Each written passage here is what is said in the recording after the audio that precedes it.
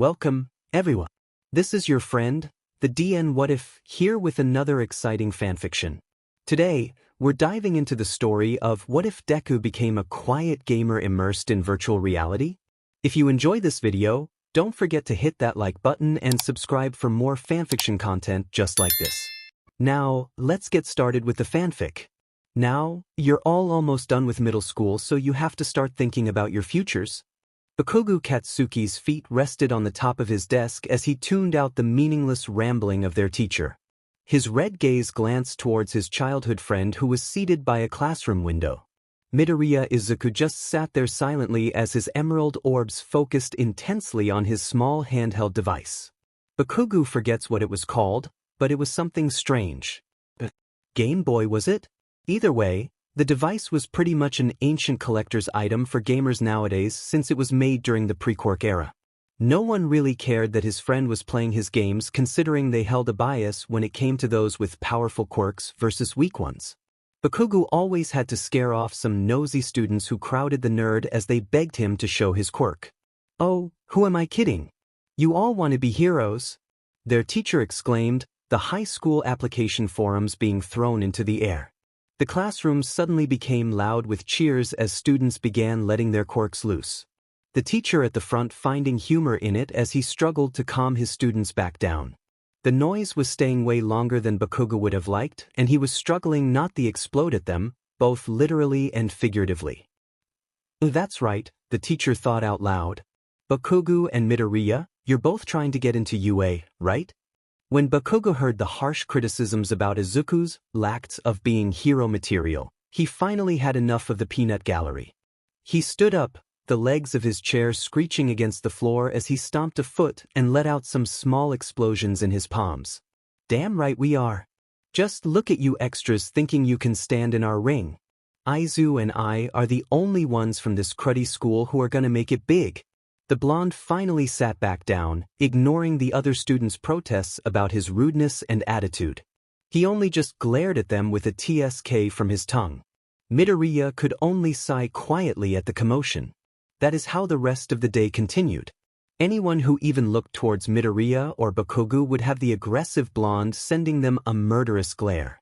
It was enough to keep up a tense atmosphere and intimidated students. Once the bell finally rang, everyone was quick to pack up and leave the classroom. Bakugou could only watch them with annoyance at how they act like big fish one moment only to have their tails between their legs from a few shouted words. No way they could become heroes if they couldn't even take some of his crude language. Villains were sure to say much worse. With a sigh, Bakugou took his time packing his things into his bag before walking up towards Midoriya, who still was focused on his game. The blonde gave his friend a few gentle nudges on his shoulder. "Hey nerd," bell rang. Bakugou waited patiently, something that no one even thought he could do. Midoriya finally responded with a soft voice. The Viridian-haired boy grabbed his backpack, which was a light teal and designed to look like a bunny. Bakugou noticed those same old video game and anime pins and keychains that were attached to it. He waited until the shorter male finished packing his things, only unpausing his game once he was ready to go. "All right, let's go, nerd." Bakugou stuffed his hands in his pockets as he walked away. Despite Midoriya's gaze staring solely at his screen, he managed to follow Bakugou with ease. The pair eventually found themselves walking through an underpass with a calming silence. Bakugou eventually took a deep breath. "Nerd, how's it going at home?" "Could be better, I guess," Midoriya replied. Bakugou could only huff at his friend's answer. "Did the bastard do anything to you today?" "Caution. I'm alright. It was only some harsh shoves, mainly just verbal so far." The spiky-haired blonde pinched the bridge of his nose with a sigh. "Listen here, I'm going to be taking you to a quick trip at the convenience store to get you something to eat before you go back to the sperm donor. Got it?" "No" isn't an answer either. All Midoriya did was nod. Suddenly, he paused and removed his gaze from his screen. Bakugou was quick to notice the lack of steps behind him. "Nerd?"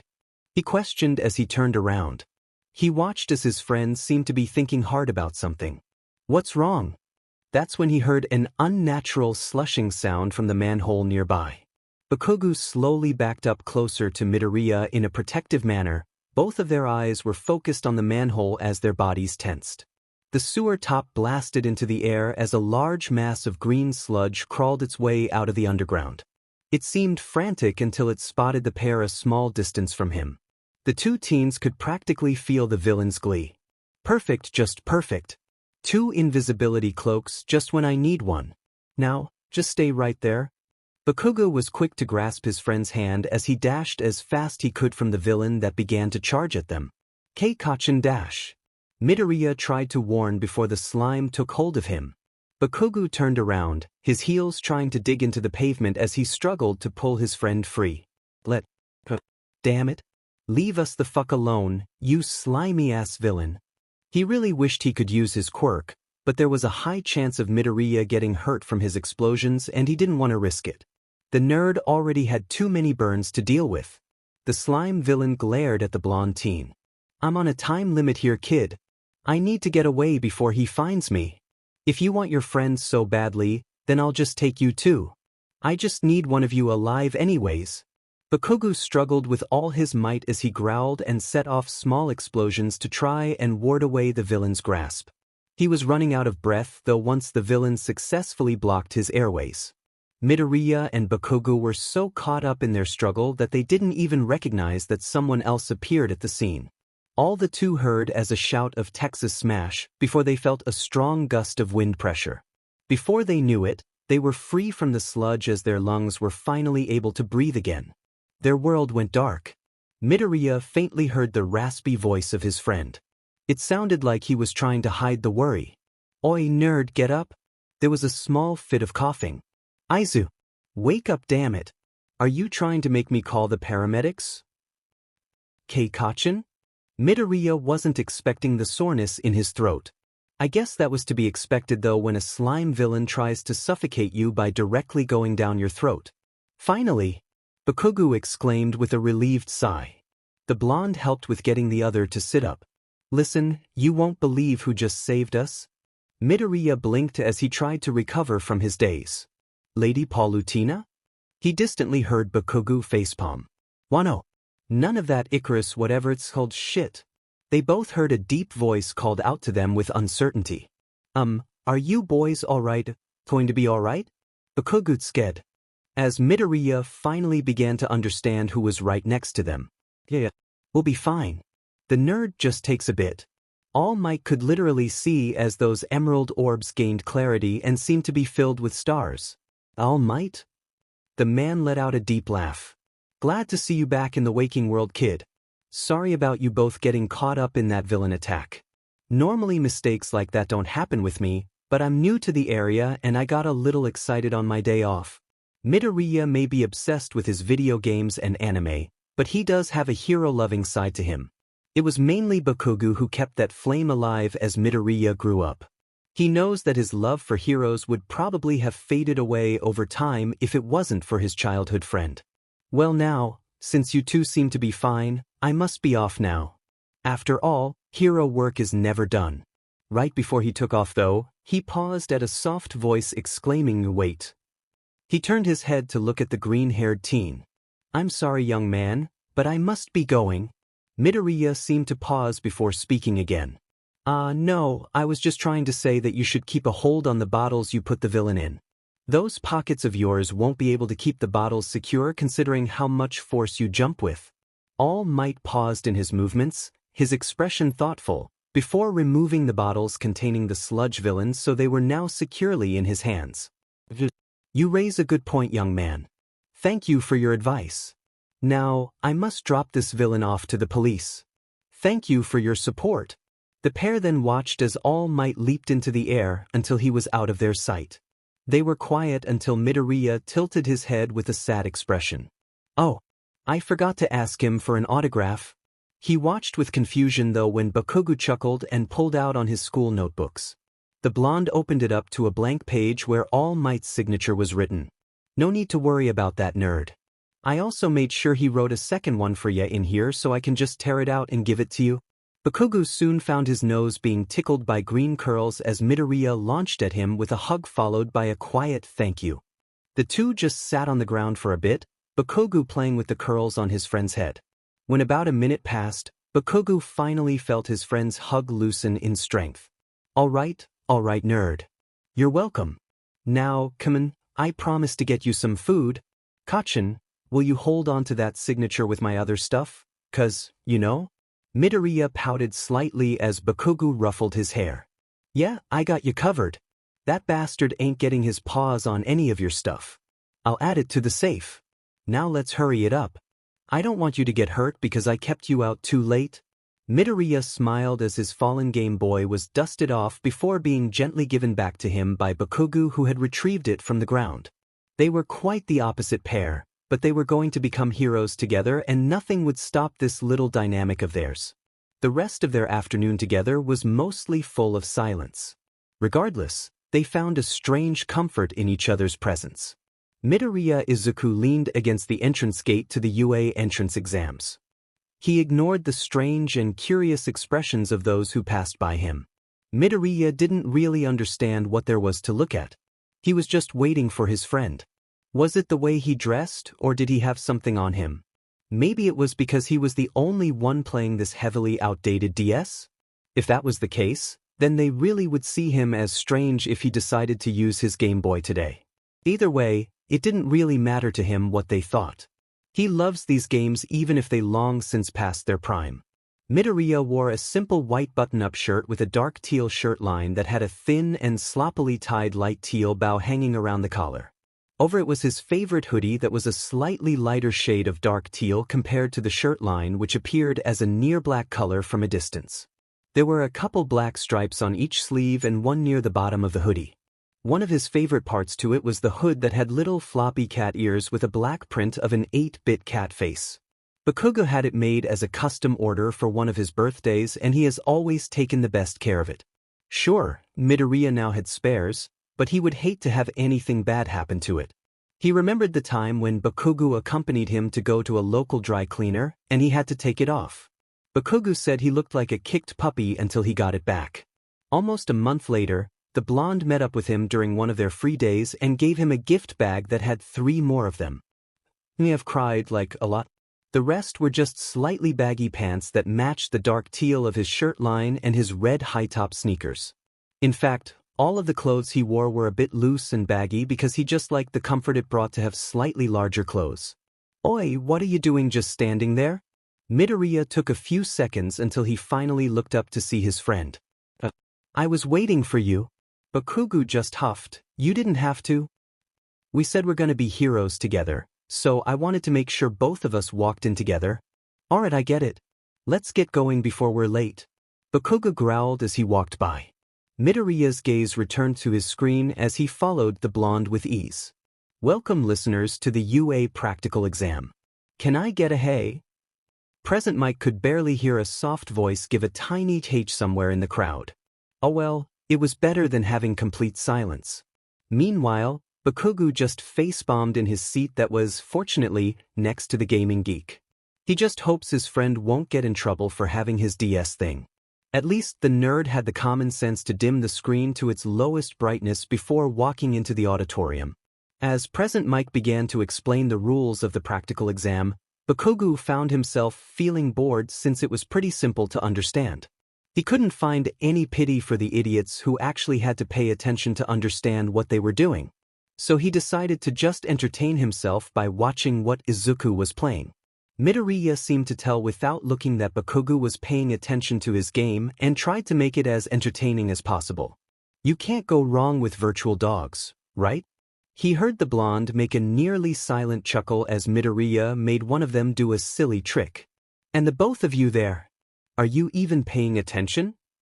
If you're here just to play games, then you should leave. The people sitting by the pair began to inch away from the sudden murderous aura. Bakugou's hands slammed onto the desk in front of him as he stood. Hey, asshole, how about you get those sticks out of your ass, eh? Don't you dare look down on us because we're smart enough to understand such simple fucking rules. Leave Aizu out of this too. Those games of his actually help him, unlike you. How about you stop being a judgmental motherfucker and stop calling people out when you don't even understand a damn thing about them? When the agitated blonde sat back down, he turned his head and noticed Izuku was staring at him, those green orbs holding a tint of a disappointed parent. What? He was being an asshole. Distantly acknowledged that present Mike was resuming the explanation after the sudden outburst. Midoriya just shrugged. I don't think that was necessary. The blonde just gave a huff as Midoriya sighed. It was going to be a long day. Initially, the blonde was pretty annoyed that the pair wouldn't be in the same battle center. It made sense though, and it wasn't entirely unexpected. Yue wasn't wrong to split people from the same school up, considering that the two would have ended up giving each other boosts by working together. After changing into their gym clothes, there was a small exchange of good luck and a don't get your ass killed before they parted ways. Midoriya internally felt a bit anxious though when he noticed a familiar tall teen with dark blue hair and glasses. He ended up pulling his tracksuit hoodie up to hide. He was thankful for not being stupid enough to bring his DS with him, since it would probably get broken and make that guy angry. The only thing he took from his bag before leaving for the bus was a keychain ball maze to play with. It wasn't much, but it was something to keep his mind busy. He hopes that even something like this won't set the tall teen off to go lecture him. As everyone waited outside the gates of the fake city, Midoriya took the time to do some extra stretching. He did some this morning before he left, but it was better to be safe than sorry. A part of him wondered if he was truly ready to use his quirk for actual combat. For the past 10 months, they've been training their bodies for this very moment. After all, it wouldn't be good to run into fights as a hero if you had skinny fucking noodle stick arms, as Bakugou put it. Midoriya thinks that a large majority of why their training was such a success was due to Dagobah Beach. It was absolutely swamped with litter, but it was a perfect location to train with and without their quirks. The smell of the beach-turned junkyard took a bit to get used to, but they eventually decided to do something about it. Who knew that cleaning up years' worth of heavy junk would help buff you up? Start. Present Mick's voice shouted with his quirk.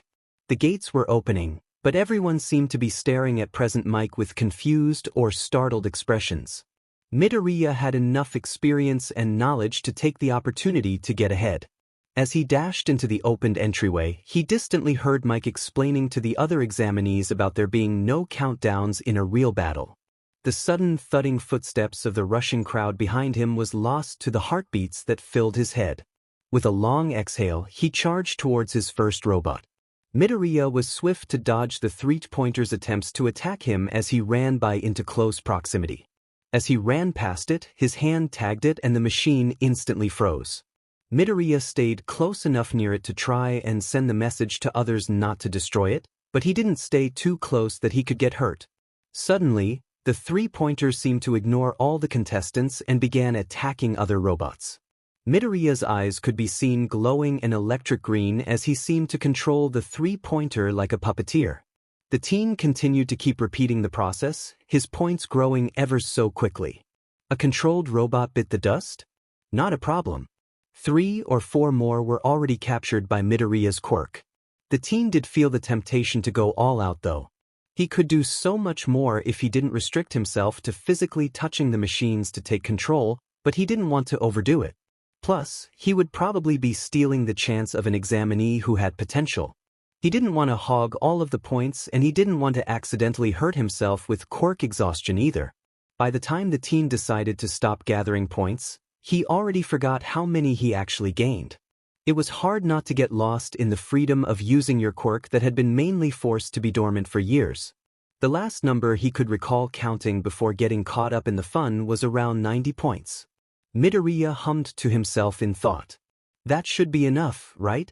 He didn't really have much else to do, so he decided to jog around and see if anyone needed help.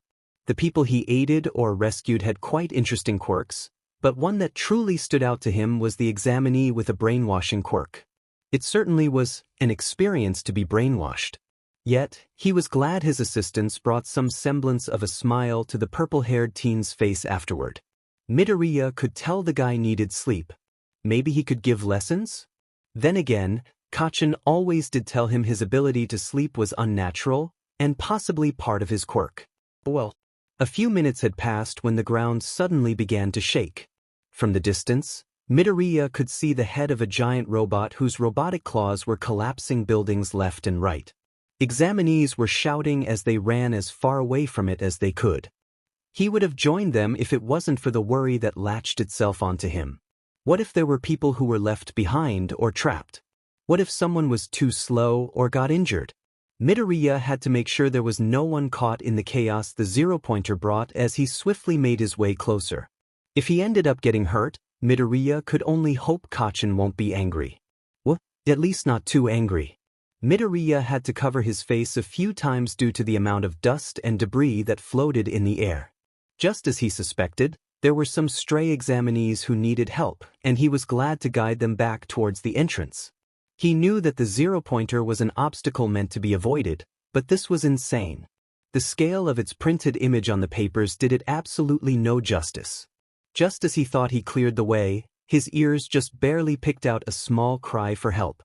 His feet turned as he ran back to find whoever was in need. Out of all things Midoriya was expecting, he was not expecting to see a girl about to be crushed to death. Yue certainly wouldn't let it go this far, right?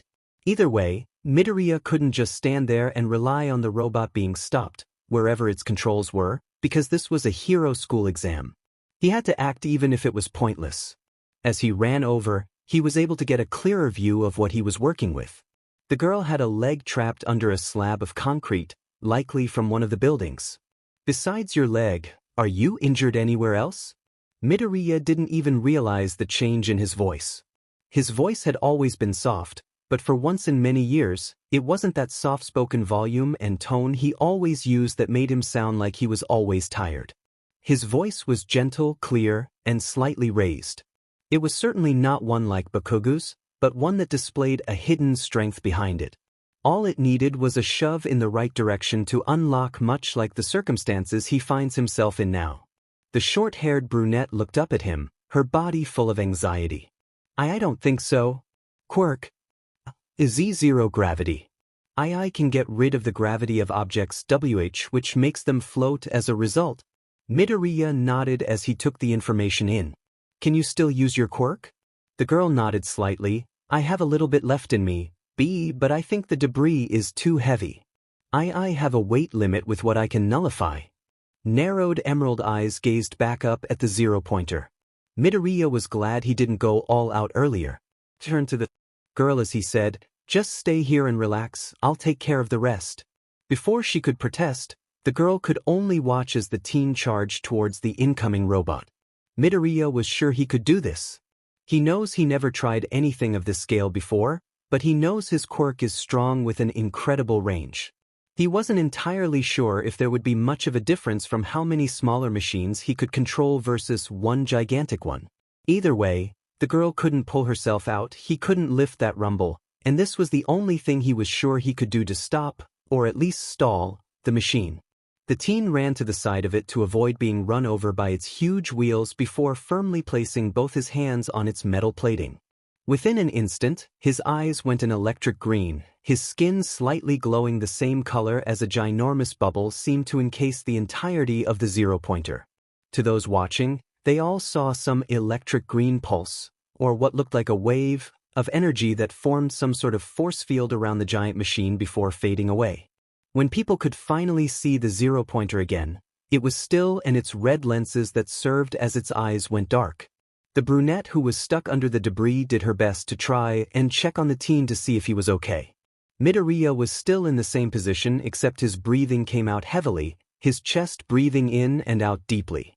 The only thing keeping his face from smacking into the robot was his stretched out hands that were holding his body up from collapsing.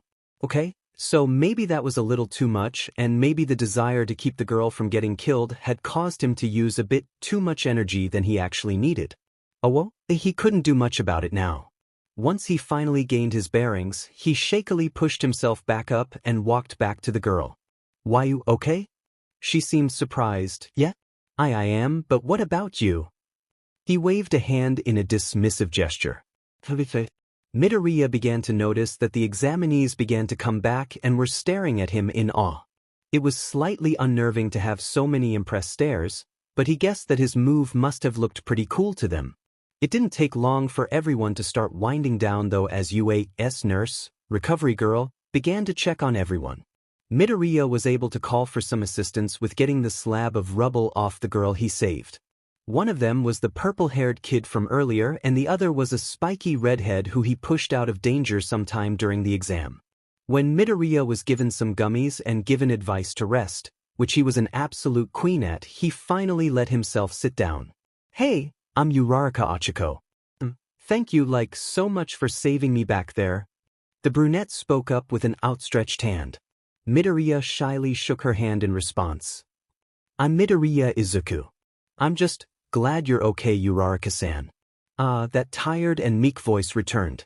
He noticed that she seemed to look a bit guilty. "Sorry for wasting your time?" He tilted his head in confusion. "What do you mean?" "If you didn't have to go and save me, you could have gone and gained more points," she replied, one of her hands playing with the locks of her hair.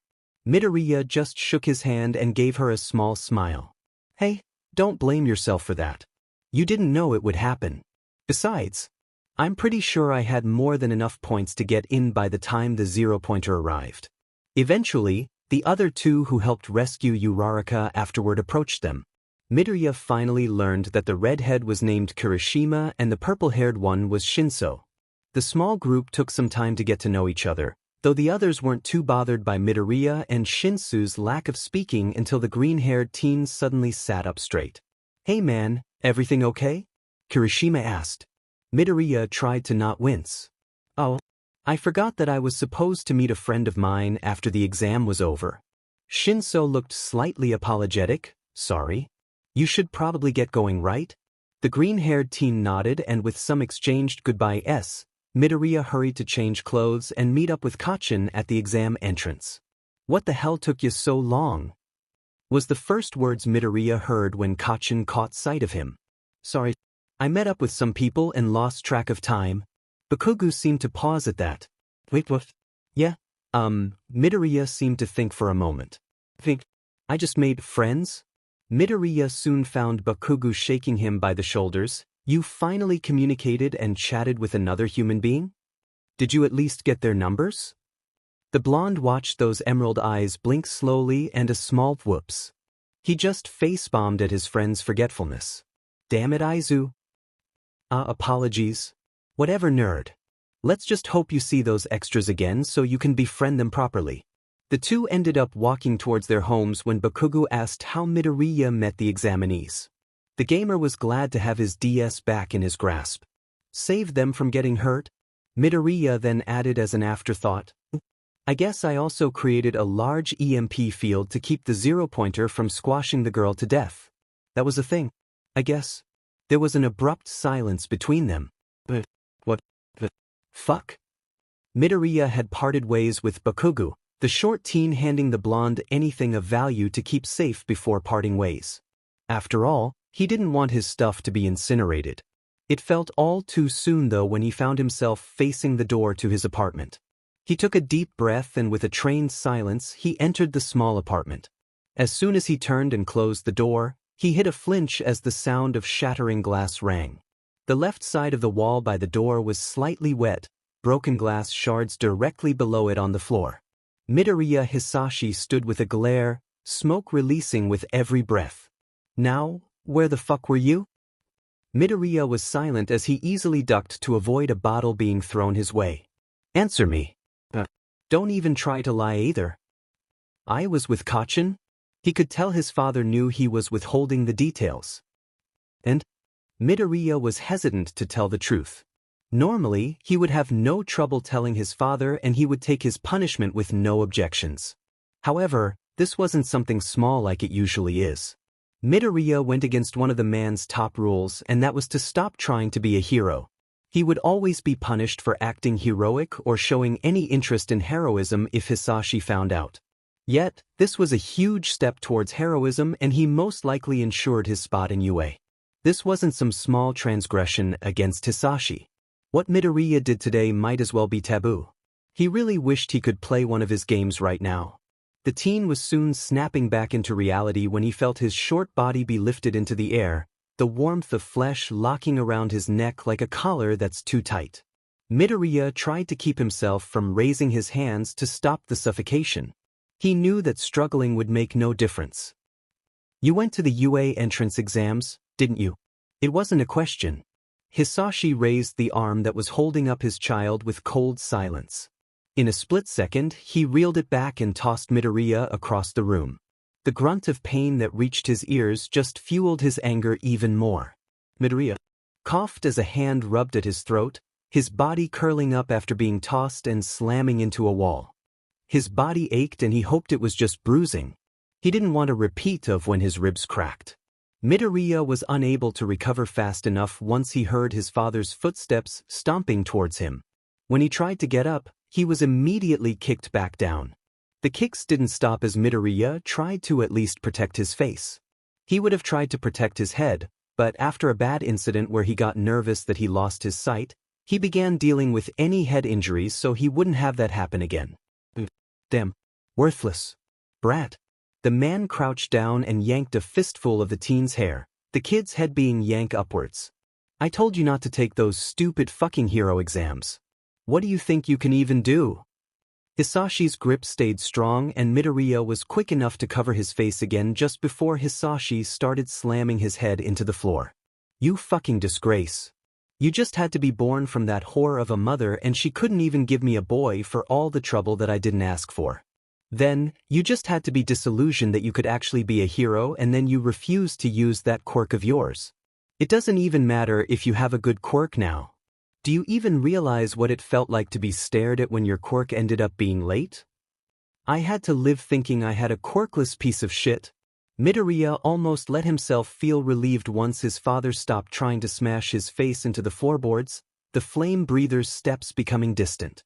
The teen was right to not let himself become hopeful when another bottle was aimed at him.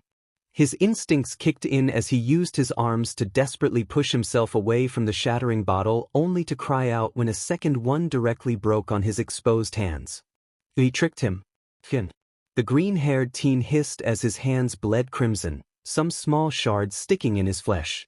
The small leftover of alcohol seeped into those wounds which only made it sting like hell. You know what? You can attend that little hero school of yours? Midoriya's head whipped up to look at Hisashi with eyes narrowed in suspicion. There had to be a catch. He could tell that Hisashi knew what he was thinking as if the man could read his mind. At least you aren't too much of a dumbass. Listen, if you want to stay at that hero school you're going to have to help with a job. Got it? J-job? Midoriya's voice croaked. He slightly winced at the broken sound and slight ache in his throat. Yes. A job. I'll only tell you the details unless you agree, and do note that I will not tolerate you backing out either. It would be a shame if something unfortunately happened to the Bakugous. Midoriya's eyes widened and his heart sped up. It has been such a long time since anyone had managed to invoke such a strong wave of fear. He didn't care how pathetic he looked as he crawled and dragged his body to Hisashi's feet. Don't you dare. Please don't. Hisashi's expression seemed to twist into that of a kind and loving father as he bent down and gently held his child's face with a hand. Midoriya suppressed a venomous glare at the unnatural sight. Now, son, nothing bad will ever have to happen if you just listen to me, all right? You swear you'll behave so you can be a hero and keep your friend and his family alive. Midoriya wanted to hesitate. He wanted to say no. But he never could live with that decision. He was going to keep his and Kachin's dream alive. He couldn't let the blonde and his family suffer because of him. It was without question that Hisashi would make sure their last moments were full of suffering. Especially Kachin's. He swallowed and nodded in silent defeat. Hisashi let go of him, Midoriya's exhausted body collapsing against the wood flooring. Good. He heard his father's voice say with mirth. Now, all you'll be doing is simple, Izuku. You're just going to help me with my growing debt by putting your useless body to use. Think of it as a performance career, or maybe even like a rising star for those circuses. Hisashi then nudged his head towards the direction of Midoriya's room. Keep yourself in your room. I'll come to get you something to eat when it's dark. The older man made his way to the door as he grabbed his keys. While you stay in here, I'll be out to get you a work uniforms for tonight. His eyes narrowed into a threatening glare at Midoriya. You know the drill by now. Don't even think of leaving your room once you're there and keep away from any food. You should be thankful I stopped locking it from the outside because of your obedience. Midoriya stayed silent as he waited for his father to leave. After a few minutes of lying on the ground in pain did he deem it safe. The teen dragged himself to his room and took out his hidden medical kit. Once he finished patching what he could up, he crawled to the corner of his nearly empty room. His bed was nothing more than an old mattress and some bath towels. Midoriya Izuku laid there like a corpse, his heart and mind becoming numb for the rest of the day until the inevitable return of his father. Midoriya strolled down the halls of UA all while playing around with his tie. No matter what he did to try and make it look better, it just seemed to stay the same or become worse. He decided to just give up on it, the red necktie looking sloppy as it hung around his uniform collar. Once he stopped fiddling around with the tie, his fingers twitched as he quickly pulled out a Rubik's Cube to keep him busy. He brought an old PS Vita that sat securely in his backpack, but he didn't know if he'd be allowed to play his digital games as Aldera had let him. The teen had also packed his favorite hoodie in his bag to use as his version of a security blanket. He was a bit unsure if tying it around his waist was okay, so he just left it in his bag to avoid breaking UA's dress code. He worked hard to get here, he didn't want to screw it up somehow. As he searched for Class 1A, he felt a bit lonely. Kacchan had arrived earlier and Midoriya wasn't exactly ready at the time. He had texted the blonde to go on without him and that he'd meet him in class. His friend was reluctant, but left a "you better show up" nerd. Midoriya kind of wished he was with Kacchan since his friend would know where their class was. Mirio, wait up. Mirio, slow down dash. Midoriya felt himself falling onto the floor. He just laid there, blinking as he tried to comprehend what just happened. The green-haired teen was too tired for this. Sorry about that. I was just excited and wanted to see if there were any of our new first-year students wandering around. A cheerful voice exclaimed. When Midoriya decided to stop trying to take a nap on the floors of UA, he sat up. His emerald orbs looked upwards and he was met with 3 faces he had never seen. One had dark purple hair with an elvish-like appearance, another had long light blue hair, and the last had a face that reminded him of a cartoon character. As the sunny blonde offered his hand, Midoriya was quick to accept it as he was easily pulled up from the floor. Thanks. Hey, it's no problem. Besides, it was my fault that you got knocked over. Wait. I haven't even introduced myself. Midoriya could only blink slowly at the teen's energy. The name's Togata Mirio. I'm a 3rd year in the heroics course. He then gestured behind him with his thumb. These are my friends and fellow classmates. The green-haired teen opened his mouth but was interrupted by the girl who seemed to not really know what personal space was. Oh, are you one of our new first years? What's your quirk? What can it do? Is it like anyone else we know? Is it an emitter? You don't seem to have any strange physical traits, so I assume it's not a mutant type. Oh, but if you aren't in the hero course, then don't worry about it. I'd love to know dash. The dark-haired one seemed to be gently pushing her away from Midoriya with an apologetic and embarrassed expression. Sorry about her, she asks a lot. He seemed like he was going to say more, but stayed silent. The poor guy seemed to lock up when he realized he spoke to a stranger. Midoriya felt a little bad about his senior's anxiety. This shy guy of ours is Amajiki Tamaki. I'm Heido Nijire. It's a pleasure to meet you. Midoriya could only nod in acknowledgement. Oh, let me guess. You're lost, aren't you? Heido questioned. She seemed to beam when Midoriya nodded. She seemed to do a little twirl out of excitement. Don't worry, we'd be happy to show you to your class. I'm supposed to be in class 1. The 3 seemed to pause in thought, Togata speaking up with an, we better get you there before Aizawa-sensei arrives. That certainly made Midoriya a bit nervous as the trio led him to his class. The 3 soon had to leave for their own homeroom after bringing him to an incredibly large door that was labeled as Class 1A. He was at least able to thank them before they had to hurry off. A part of him wondered if he'd ever see them again since they seemed to be a nice group. With a deep sigh, his hands slid the door open to an interesting sight. Bakugou's feet were up on his desk and that blue-haired glasses teen was moving like a robot as his voice spoke in a stern tone. He seemed to be scolding the blonde about the display of disrespect. Midoriya just walked to his seat as he made sure to make presence pretty much non-existent.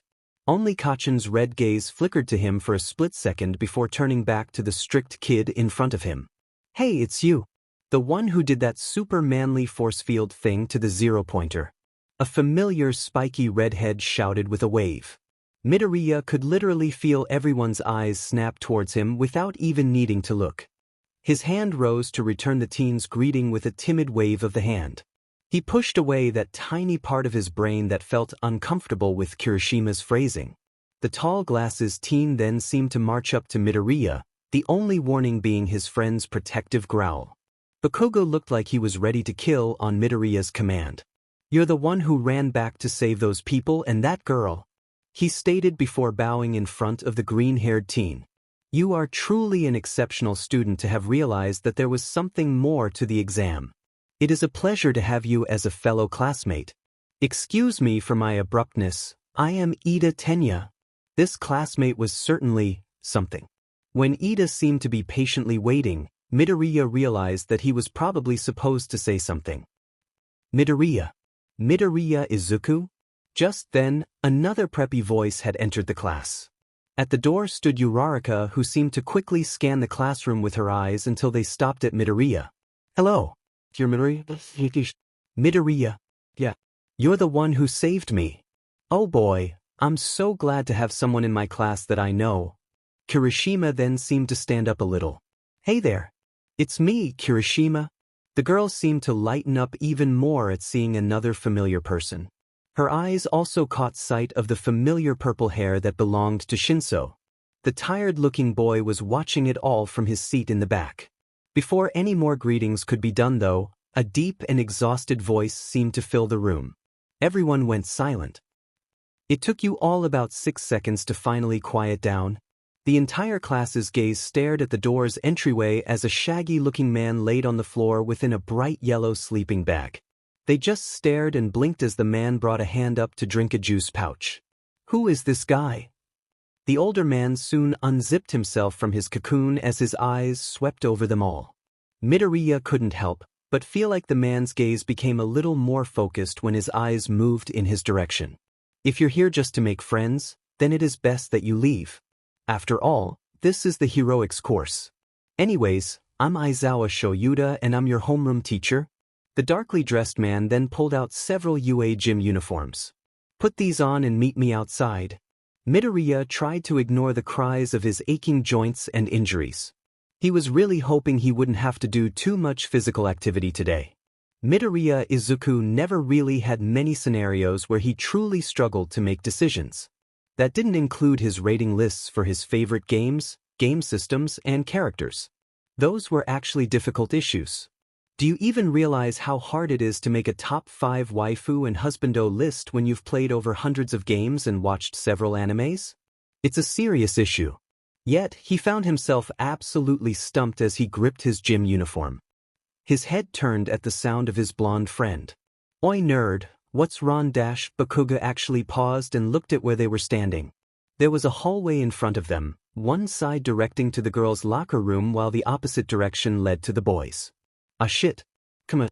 Bakugou then took hold of his friend's arm, the green-haired teen stumbling before deciding to use his legs to follow. Midoriya glanced back at the direction of the girls' locker room as they walked the opposite way. Nerd, you gonna be alright? You'll cover me when I change, right? Midoriya spoke softly. There was a disbelieving huff. Obviously, Bakugou hissed in a whisper. There was a tense silence between the two as they walked. Oi, listen here.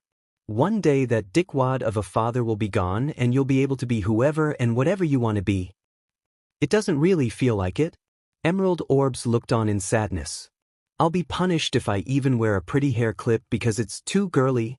Bakugou growled. I know, and it's stupid as hell. He has no right to make you a guy because he fucking can't deal with a daughter. I don't even understand why he's all uptight and shit about it. Who cares, right? Midoriya's eyes began to hold a hint of doubt. What if he's right though? His gaze focused on the floor. What if I should just let him dash? Bakugou seemed to bristle before stopping to turn around and firmly grasp his friend's shoulders. Now, you listen to me and listen well because anything your dad says is absolute shit. I don't care if you're female, male, or whatever the hell you want. For fuck's sake, you could go up to me and say you identify as a toaster and I wouldn't give a rat's ass. Sure, there will always be mental and physical limitations, but that's just how human bodies and bullshit genes fucking work. We ain't perfect no matter how hard we try, but at least humanity has the ability to be strong in many different ways. That's just how life is. Don't you dare forget that because I know your greatest weapon is that dorky brain of yours. Midoriya blinked. Did you just give me a pep talk?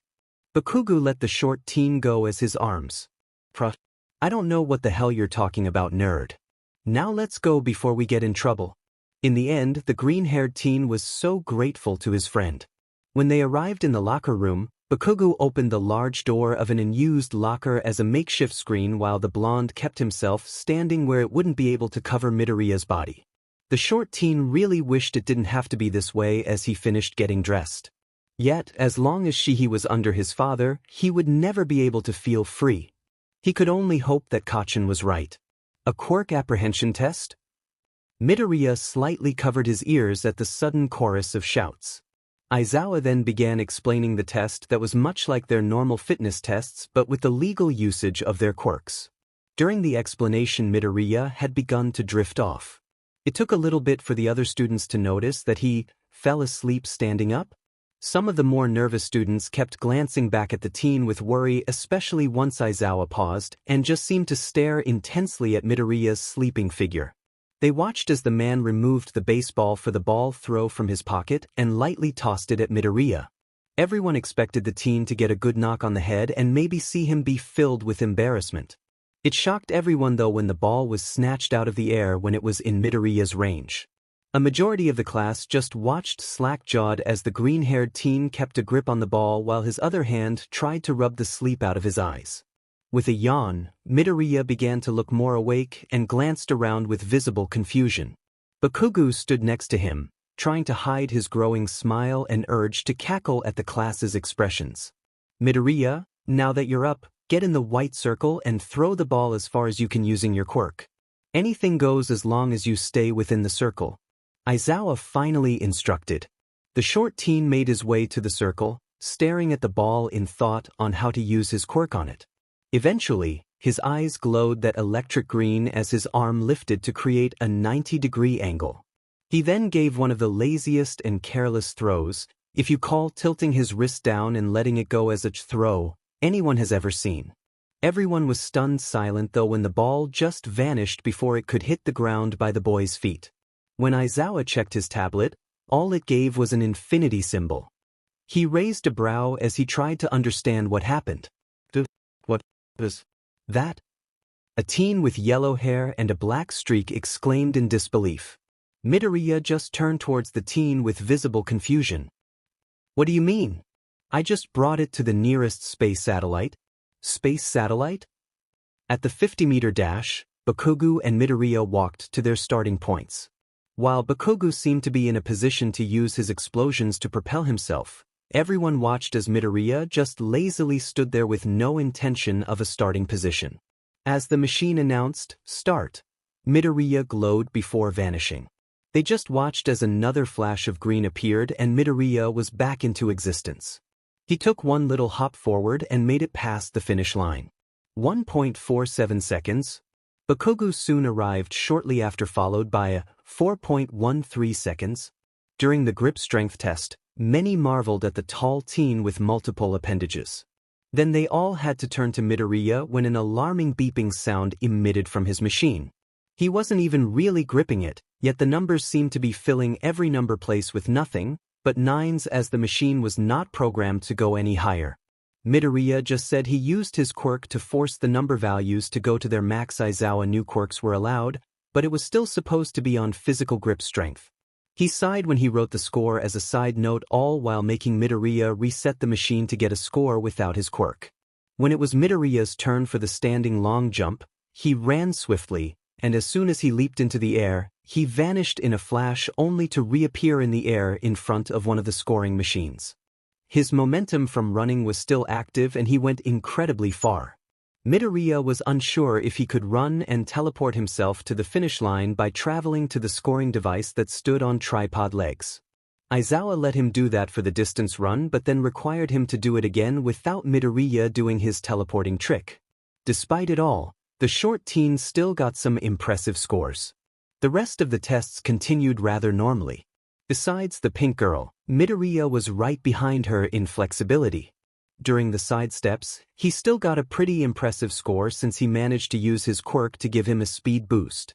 Though, he didn't go too fast since he didn't want to accidentally launch himself to the side. The sit-ups were the worst part in his opinion. He definitely wasn't as scrawny thanks to him and Kachin training, but he wasn't the best at it. His score was a little above average. As Izawa watched his students work to do their best, especially with his threat of expulsion, he noticed how Midoriya seemed to move his body as if he was feeling pain. The hero will admit that lesser-trained eyes wouldn't really notice it, but the kid seemed to be getting worse with each test. His eyes narrowed in thought as he remembered the kid's files that Nizu copied for him. There was something wrong in his files. Normally, people wouldn't bat an eye at it considering how normal it seems, but I've been working this job for a very long time. My instincts are rarely wrong when it comes down to this field. Izawa, I recommend that you keep an eye on the boy. I am trusting my quirk and instincts on this. Izawa sighed as he rubbed his temples with his free hand. He was too old and tired for this. When all was said and done, Midoriya managed to score first while Bakugou scored fourth. The green-haired teen noticed how his friend's eyes seemed to narrow in deep thought at the names Yaoyorozu and Todoroki. There were definitely going to be future rivalries sometime soon. As Izawa dismissed the class, he called out for Midoriya to wait. Bakugou seemed to refuse in leaving his friend alone but eventually gave in at Midoriya's stare. The short teen expected to be told something bad, but he was surprised when his teacher gave him a slip. Midoriya, go visit Recovery Girl. I hope you can take better care of yourself in the future. Green Eyes watched as his teacher walked away. As he ran to meet up with Kachin, it took some time and many hushed questions to calm the blonde down when he learned that Midoriya was hurt the whole time. You dumbass. If you're hurt, then that's what doctors and nurses are for. Good old Kachin. Class 1A waited in silence for their next teacher. Many, if not all, would admit that the first half of the school day was quite boring and average.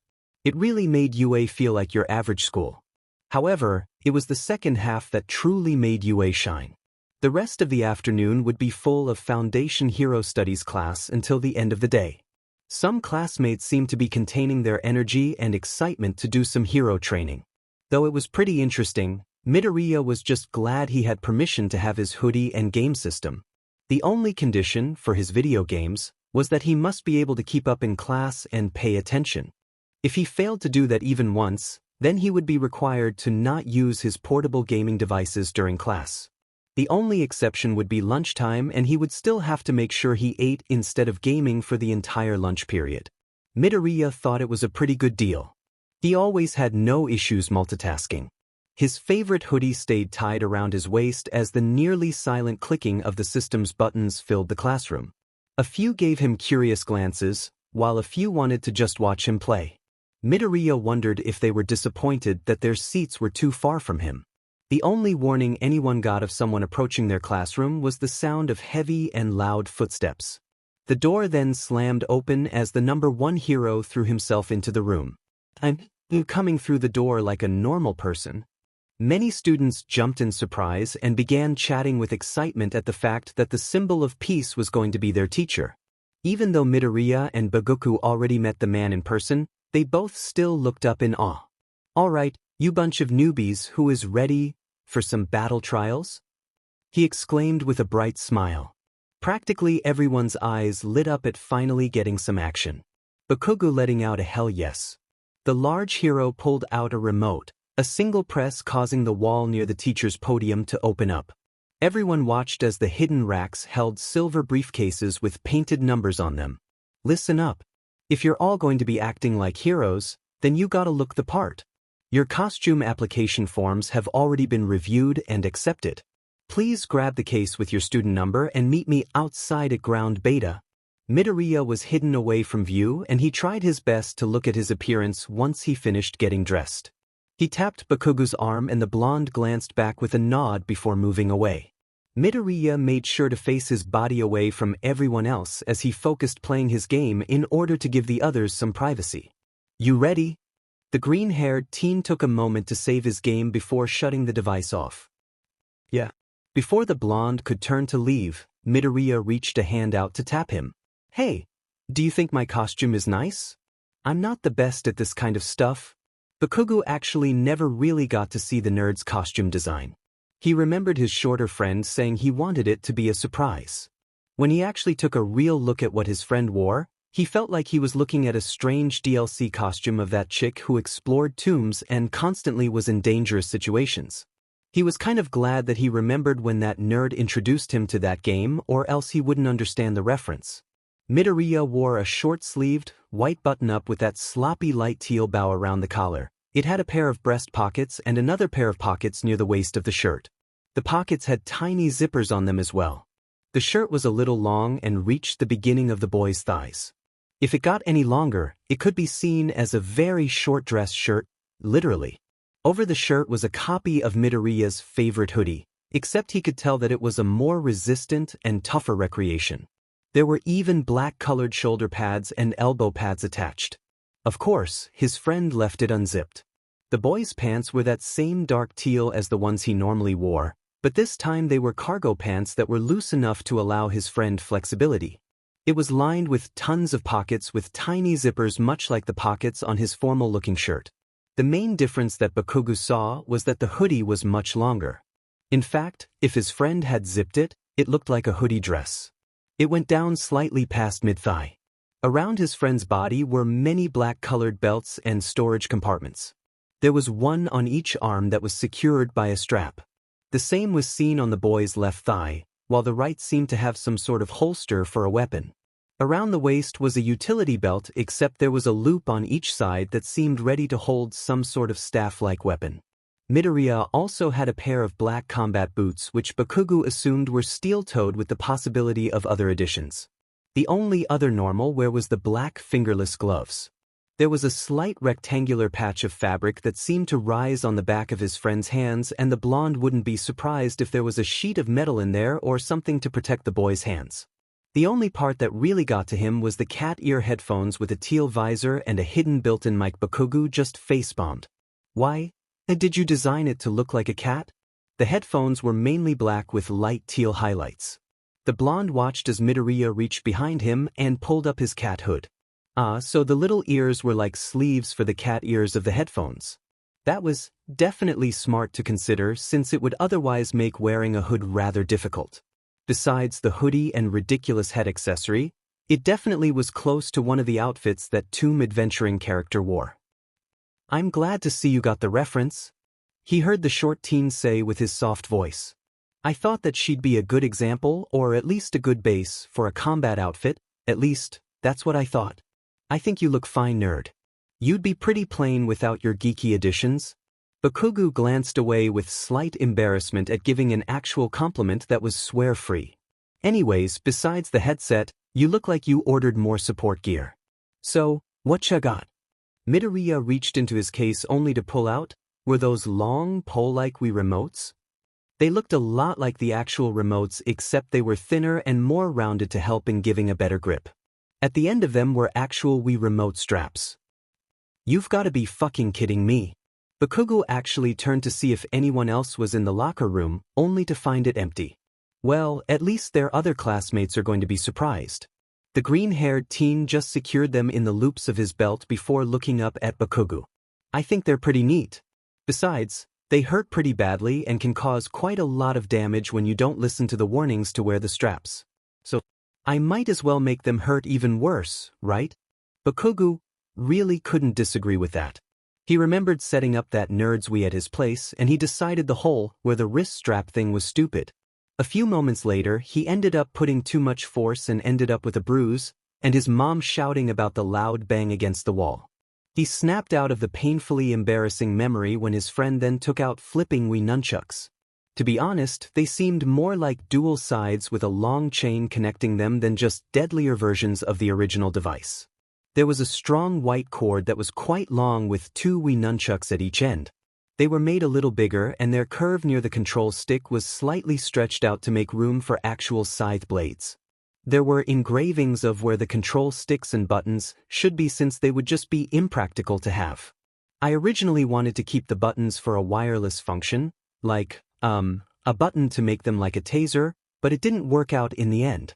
Besides, it could be set off by accident since these are meant to be swung around. Even if there was a safety mode, it could be used against me and I'd have to make sure I have a good grip on the actual nunchucks. The idea wasn't really going to work. Midoriya then secured the nunchucks of death in the special pouch-like holster on his right thigh that was designed to carry them. I've got other stuff in these storage units, Midoriya started, but I'm planning to keep them a surprise. Bakugou could just nod. Of course, the nerd managed to bring his video games with him even outside the screens. He knocked off the teen's hood before doing his best to ruffle his friend's curly locks. He ignored the small squeak as he pulled away, the nerd quickly pulling his hood back up after adjusting his headgear. Come on. Everyone's probably outside already. Let's not keep All Might waiting. Fortunately, they weren't late as they caught up to their classmates who were still making their way to ground beta.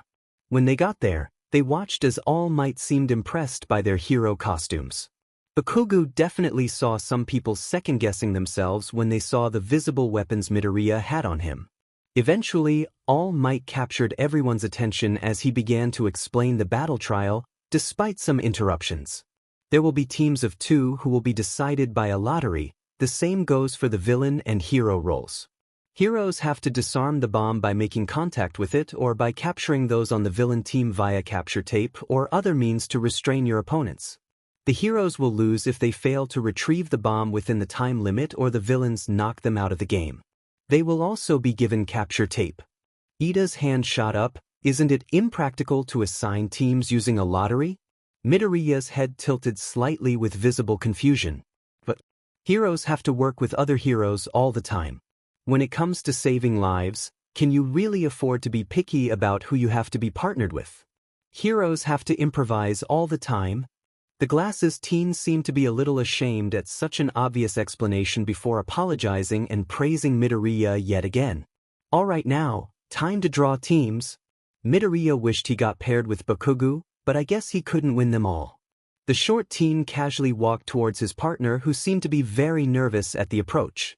Midoriya held out a hand. Hi. I'm Midoriya Izuku. The other seemed to shyly shake Midoriya's hand before letting go and making motions with his hands. Koda Koji. The boy signed. Imagine his surprise when Midoriya began signing with perfect ease. Are you hard of hearing? Koda shook his head. I just don't like talking a lot. The quiet boy seemed happy that someone else could understand him without forcing him to speak. It was a little surprising when Midoriya signed that he was similar. I don't really like talking either. I still do, but I've been told I'm very soft-spoken and that my voice is really quiet too. It sounds louder to me, so I guess I don't really notice. Since the two had some time to speak, Koda had the hope that he could get to know this classmate of his even more. When did you learn sign? I became selectively mute for some time years ago. Kachin made it his mission to make both of us learn sign. It also helps since his quirk has caused him to be slightly hard of hearing. Not too bad, but it could have been worse if it weren't for his quirk counselor. Kachin? Bakugou. Koda's eyes widened as he turned his head to look at the blonde who seemed to be arguing with Ida. He gave a small point in disbelief as he signed. Him? Midoriya nodded, yes. Believe it or not. He's aggressive and difficult, but he does have good intentions. You start to understand the hidden care when you get to know him. He just watched as Koda nodded in understanding. Soon, All Might called to start the matches, his hands reaching into the box to decide the team matchups. We've got Team F as the villains and Team G as the heroes. Villains, make your way to the building and start planning. Heroes, you will be waiting outside the building to plan until the round starts. Everyone else, follow me to the observation room. Midoriya and Koda took a glance at Team G, which consisted of a boy with yellow hair with a black streak and a girl with earphone jacks hanging from her earlobes. As the pair made their way to where the fake bomb was waiting, Midoriya turned to his partner. Quirk? He signed. An voice. It lets me talk to animals, but I'm not seeing any. I don't think I'll be much help. Even if there were, they don't like loud noises. Battles can cause lots of noise. Midoriya's eyes looked at the saddened teen with kindness. Hey, that's fine. You're here to learn. You'll be able to learn how to do lots of things by the time we graduate. Don't give up hope even now. Koda looked at the short teen in surprise before breaking out into a happy smile. Midoriya was glad his words brightened the shy boy's mood. He watched as Koda asked the same thing. I call it VR. Since this building has electricity running through it and cameras, I'll be able to take control of it all. So I can keep you informed where the hero team is. I also have more offensive abilities, so I hope you don't mind me going on the front lines. Is it okay with you to stay here and guard? Emerald Eyes watched as Koda gave a thumbs up. Midoriya sent him a smile before both heard All Might's voice. Time's up.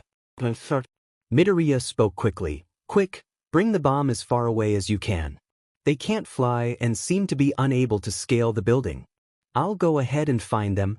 With that, the two split up. Jiro paused, her jacks pausing in the air when she heard sudden movement. There was a pair of two different footsteps that were heading in the opposite direction from each other. The girl could very faintly hear a heartbeat making its way closer. Hear anything? Kaminari asked. They're above us and one is making their way down here. The other is going higher up. One of them is coming towards us? Well, what are we waiting for? I can just give him a good shock and boom. The blonde exclaimed with confidence. We shouldn't take it so light. I think it'll be fine. One looked nervous and the other had some weird extended version of Wii remotes. What could go wrong? Everything went wrong and Jiro wanted to zap Kaminari for his stupidity. The moron had gone and ran ahead while Jiro tried to keep up and stop him. Frustration was on her face as she tried to catch up to him, all while focusing on the sounds of their opponents. Then Kaminari got hit with a strange round object that opened and released a strongly woven net. The origin of the net was a two-toned ball with a white bottom and a teal top separated by a black stripe. In the light, the black crisscross design looked like a matte black. Once it confirmed that Kaminari was unable to escape, it let out an iconic ding. They both swore they heard a soft voice say, I caught a Pikachu. All the noise was taking Jiro time to try and sort through them. By the time she heard Midoriya, it was too late. As Kaminari finished his surprised shout, Midoriya had just appeared in a small flash of green in a nearby corner where one of the surveillance cameras were installed. The boy had run over and wrapped the blonde in the white capture tape. Before Kaminari realized he was captured and out of the game, he had let out a desperate burst of electricity. Jiro heard Midoriya let out a slight grunt of pain as she shielded her eyes from the brightness. By the time she could see again, Kaminari had a dopey expression and let out a "we" and "yay," followed by a voice crack. She let out a snort before she realized that Midoriya had moved. The last thing she heard as the air shifting and the sound of a heart pulsing behind her. Midoriya had swiftly knocked her out with a careful swing of one of his Wii remote batons.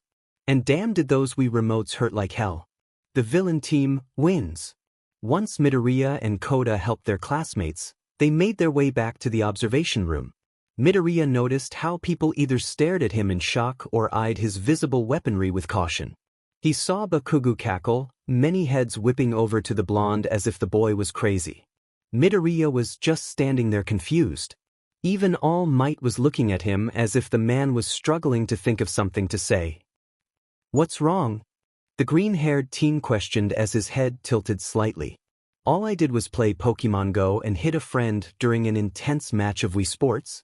Aizawa-sensei came to class that day, his wording-making class 1A tensing for some sudden and strict test like he had put them through on their first day. Instead, it turned out to be choosing a class president and vice president. That's when the room began to break out into chaos. Midoriya tried his best to focus on his 3DS rather than the incredibly loud racket everyone was making. What was so great about being class president anyway? Eventually, Ida had risen up and recommended that they do a democratic vote. In the end, Midoriya ended up with the most votes followed by Ida. Hey, dude. Midoriya paused his game before looking up to see Kirishima giving him a smile and a thumb pointing to the board.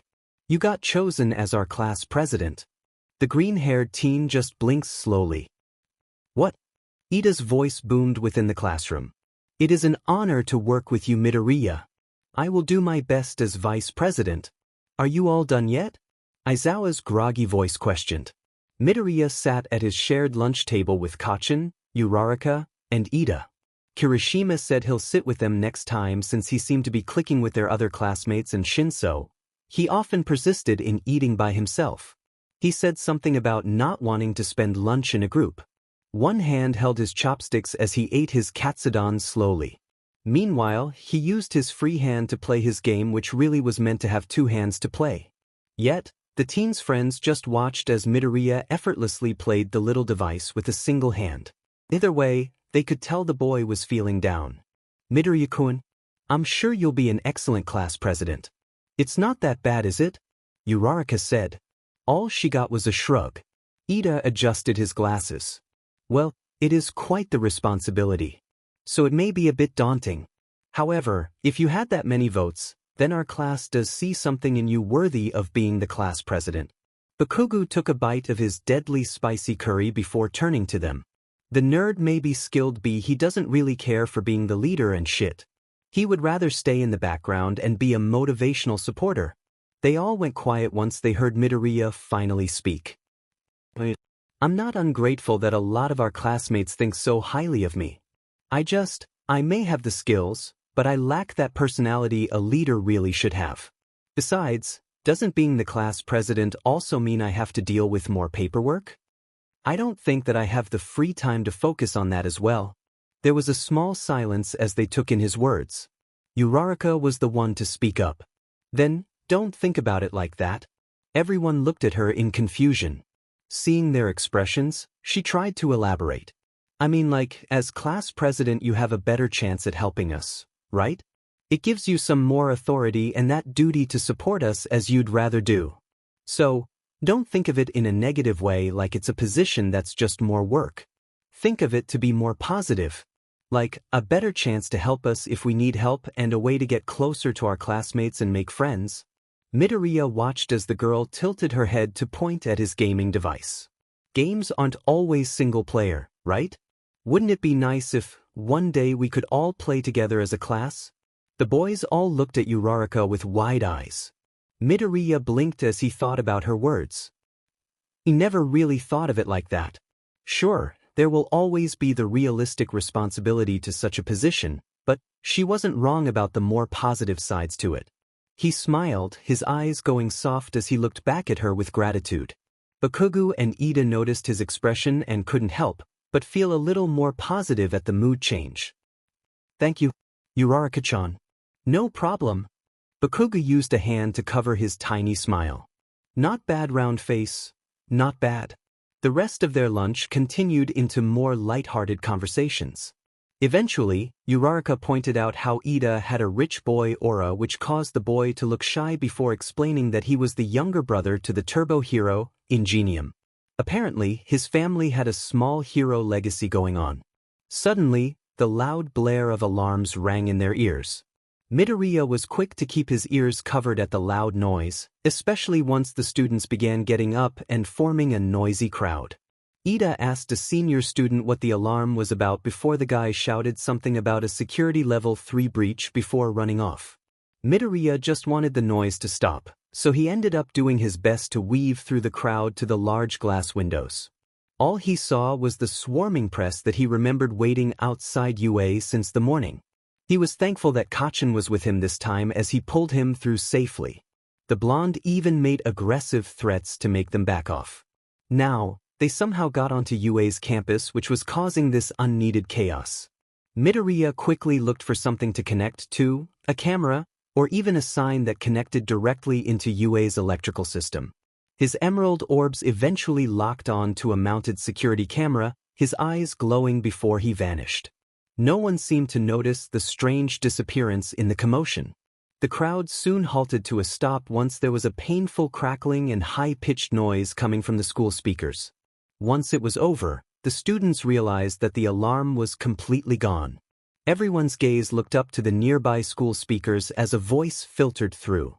Everyone from Class 1A that was present stared in shock at the familiar voice. Everyone please remain calm. The security breach was a false alarm due to the press outside. Please disperse in a calm and orderly manner.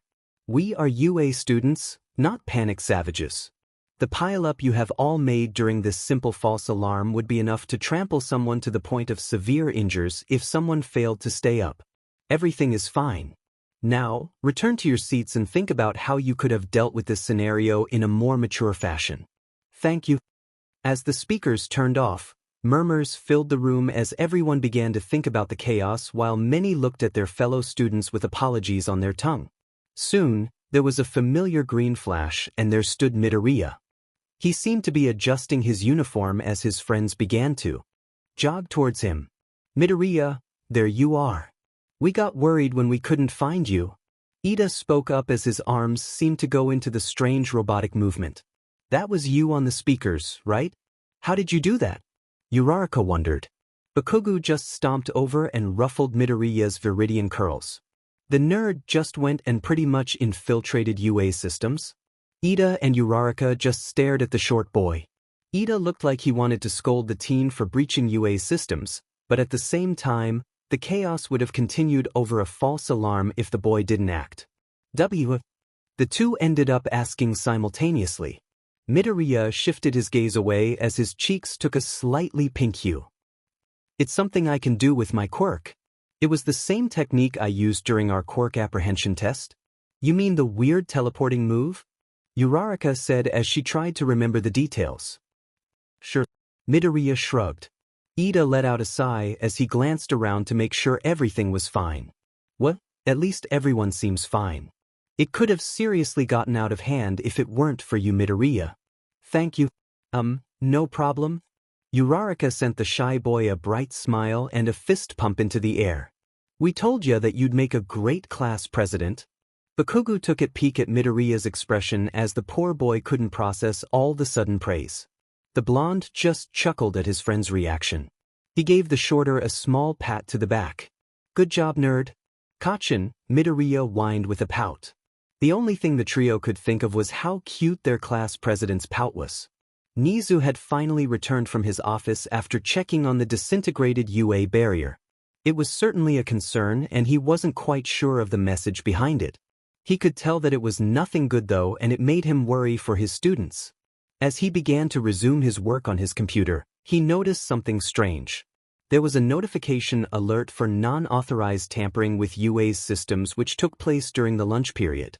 When he ran a system check, there was no trace of the intruder still being there or leaving some clue behind.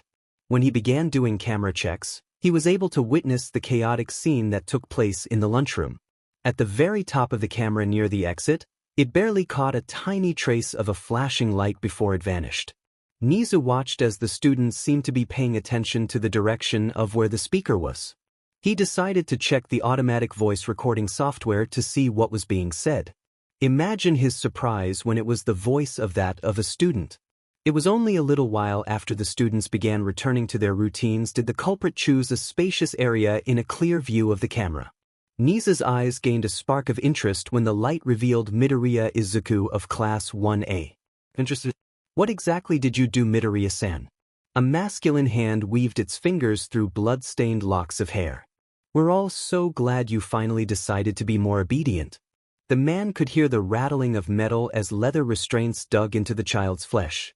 It may hurt now, but don't worry. All your body needs is more time to get used to it all. Before you know it, you'll barely feel the pain. The hand pulled at the hair in a strong grip as a whimper filled the room. You better be very thankful when that happens too. Thankful that I'm letting you have such a gift.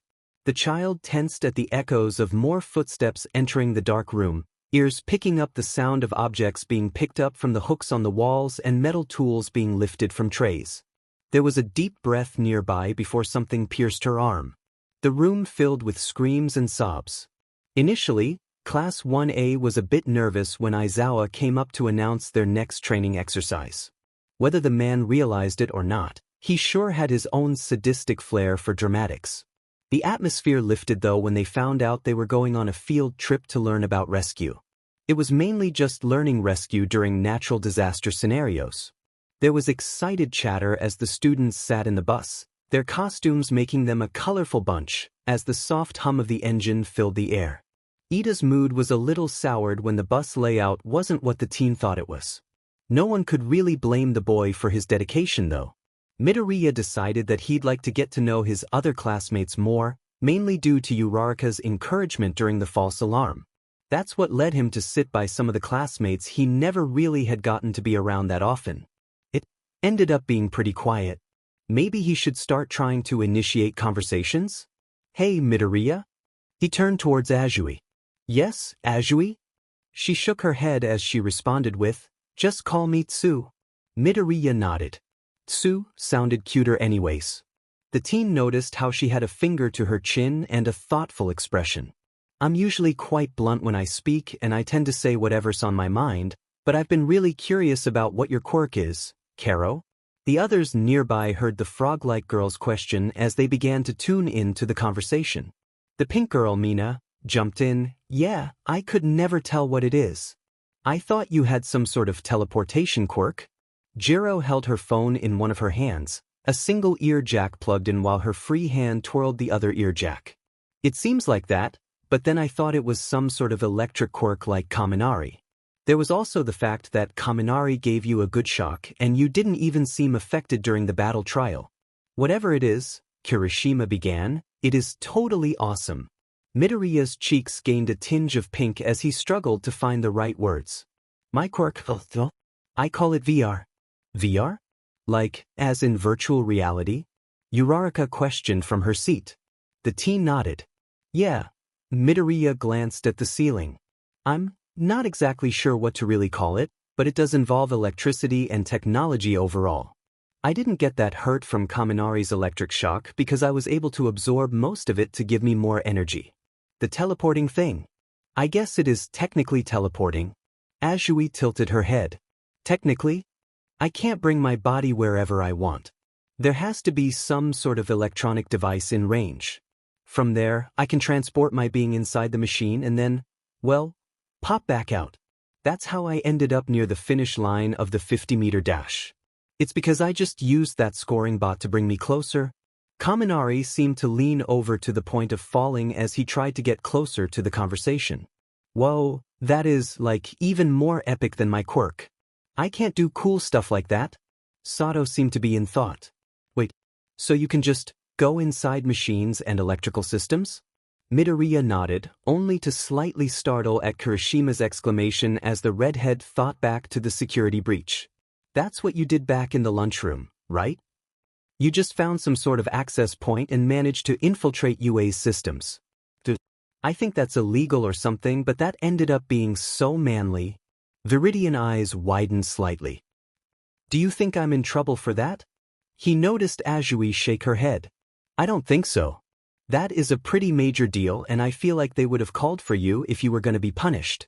Besides, they probably saw why you did it and decided to excuse you. Midoriya relaxed a bit at that fact. Either way, you're like, computer program or something. Kaminari shouted. You can go inside electronics and mess around with them and you can get an electric boost. That's sweet. You could literally become one of those AI overlords from those sci-fi movies. Thank you? Green eyes blinked slowly. That's certainly a way to compliment someone. Kirishima gazed at his own arm as his quirk activated. You have such a manly quirk, Midoriya. That's gonna be so useful in hero work. My quirk isn't very flashy and I can't really see it carrying me that far compared to the quirks of some of our other classmates. Emerald Eyes observed Kirishima's quirk in action. I think it's perfectly fine. I honestly don't think flashiness is that important. It's the usefulness and versatility that matters. What usually makes a quirk flashy is no different than some special effects. Sure, it may not naturally catch everyone's eyes that much, but you are a unit that plays defender and melee. You have the ability to protect others with your own willpower and the ability to use that drive to fight back. By graduation, I'm sure you'll be a wonderful hero. When Midoriya looked back up to face the redhead, he became slightly alarmed at the pinprick of tears beginning to form in Kirishima's eyes. Are you okay? That speech was so manly. Others around the teen's sweat dropped.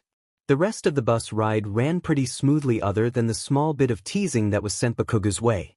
Midoriya just returned to playing with his mini pinball keychain in silence. He felt a little nervous to speak after that wave of praise and the praise for his pep talk. Were his quirk and explanation that big of a deal? Welcome everyone to the unforeseen simulation joint. I like to call it the... Midoriya was sure he wasn't the only one who found the acronym familiar. His head tilted in thought. Universal Studios Japan?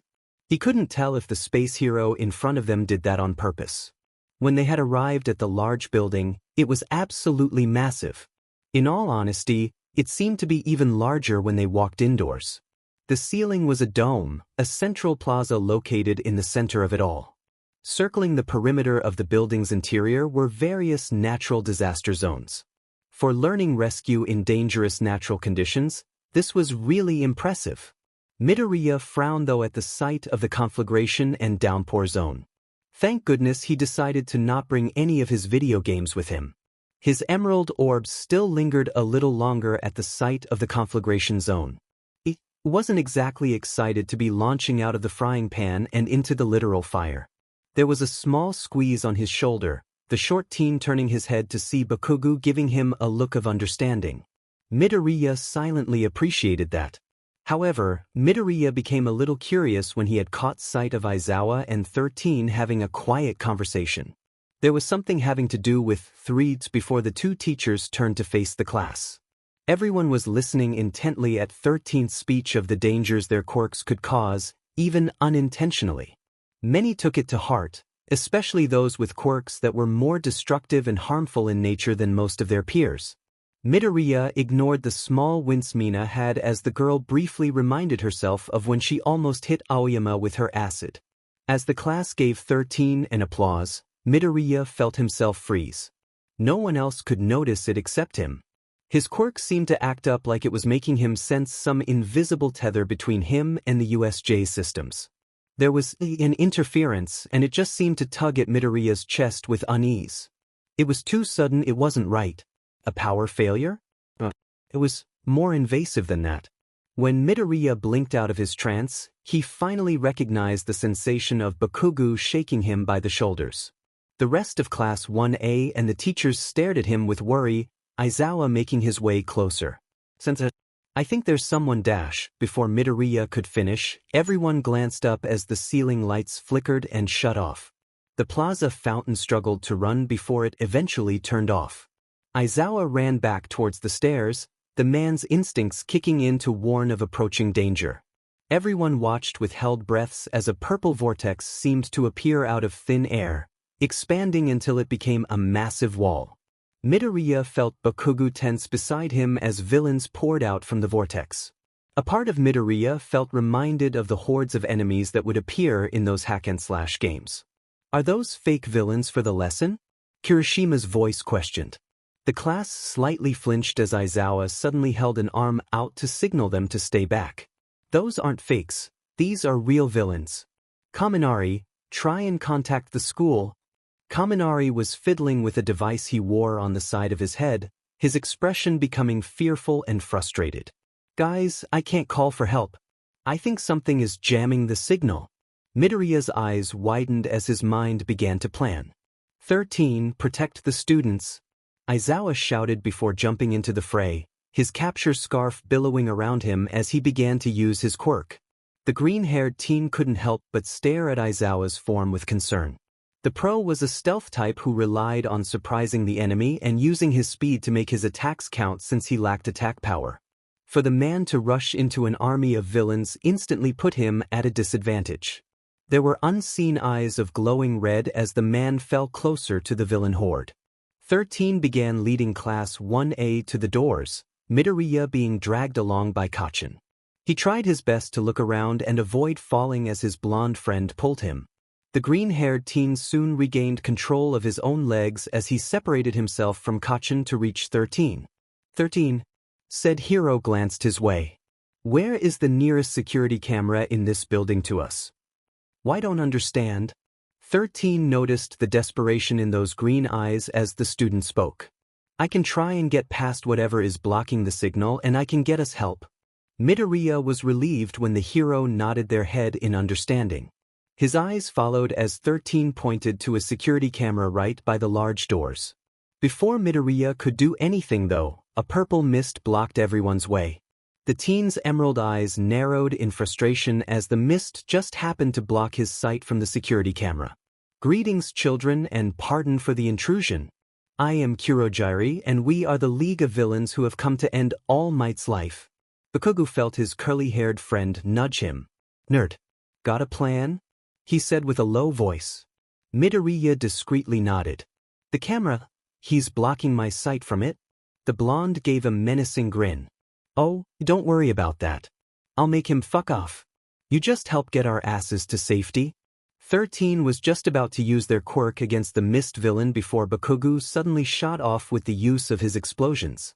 Kurogiri was swift to move his hidden physical body out of the way, giving Midoriya a clear view of the security camera. Now nerd. In a flash, everyone noticed that Midoriya was gone. They had no time to focus on it though as the villain recovered, the mist encompassing the entire group in a large dome.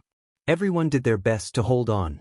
But a majority of them ended up being separated into the various disaster zones.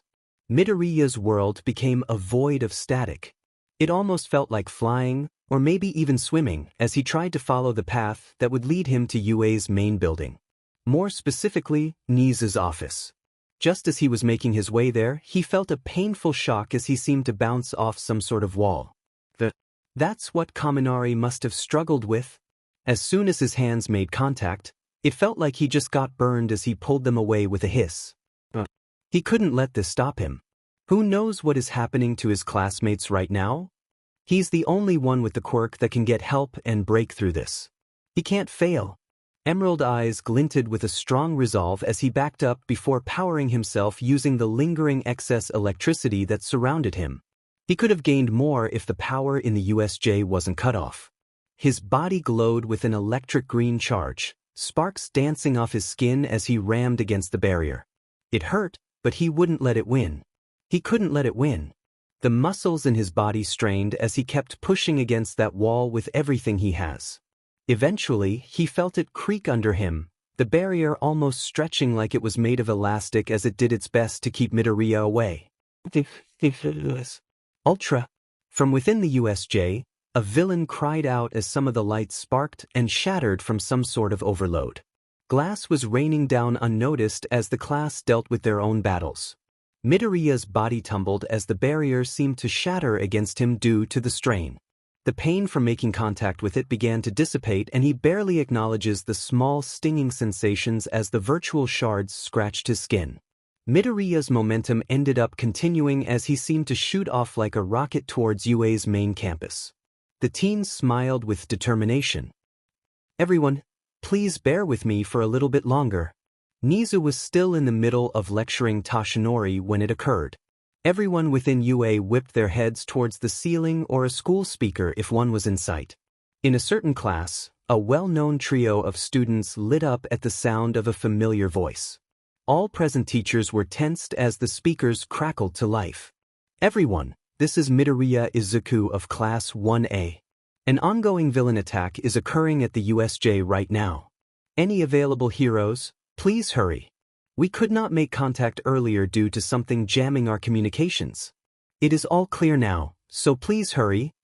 Immediately, teachers excused themselves from their classes as they began hurrying towards the USJ, their weapons, and support gear at the ready. Nizu had just hopped off his spot from the couch only to be met with his computer constantly emitting its notification sound. The principal had ushered Toshinori to go, the skeletal man nodding before buffing up into his all-might form as he rushed out of the office. Nizu rushed over to see what was occurring on his computer, only to see his screen filled with the face of Midoriya Izuku. Ah, Nizu, you're still here? Midoriya, is there any other way you could assist your class from the USJ since you seem to have access to the systems? I'll be able to monitor them. Please carry a device that I can connect to so I can send you status updates. Thank you, Midoriya-san, the pros are on their way. Stay safe. Nizu then rushed out of his office, after grabbing a radio, to join the other heroes in their hurry to reach their endangered students. He could only hope that they weren't too late by the time they get there. When Midoriya returned to the USJ, he began rapidly shifting through all the cameras. He was relieved that all his classmates seemed to be holding their own, but it was Aizawa that was the most concerning. His eyes watched his teacher move, the pro's energy slowly draining from trying to fight the horde of villains. The man's quirk was also activating for shorter periods of time. Midoriya tried to sense if the man had some sort of radio on him. Thankfully, the man did due to his hero work and the teen was quick to speak through it. Aizawa tried to avoid thinking of all the ways this bad situation could get worse. He could only hope that the students were okay and that his mistake of letting that missed villain escape wouldn't end up being those kids' demise. His eyes widened in shock though when he heard the crackling sound of his radio on his belt. The man just barely stumbled out of the way of an incoming punch when he froze at the sound of one of his students' voices. "Sensei, for 33, ranged unit?" The man had been in enough hero work to know that he should listen. The man had ducked in the nick of time, a projectile almost hitting his head. "You better know what the hell you're doing, problem child." That was how the rest of his fight continued, the kid covering for his blind spots and letting him catch on to what kind of attack was coming his way. It didn't help his decreasing energy, but it sure helped him gain a better awareness of what was happening around him. That's when he noticed an opening leading straight to a male with shaggy blue hair and hands worn on his body. Aizawa decided that it seemed that the person was the head of this whole mess, so it would probably be best to put a stop to the villain. He could tell that all of these villains were mainly petty thugs. Criminals like this tend to become hesitant and usually disperse if their ringleader falls. As Aizawa ran in to take the opportunity, he briefly heard his student telling him to be careful. As he charged for a hit, he wasn't too surprised that the hand-wearing villain blocked his attack. What he wasn't expecting was the sudden pain in his elbow. His skin. It was flaking off to the point of exposing muscle. "Sensei." Aizawa was quick to take a leap back in order to distance himself.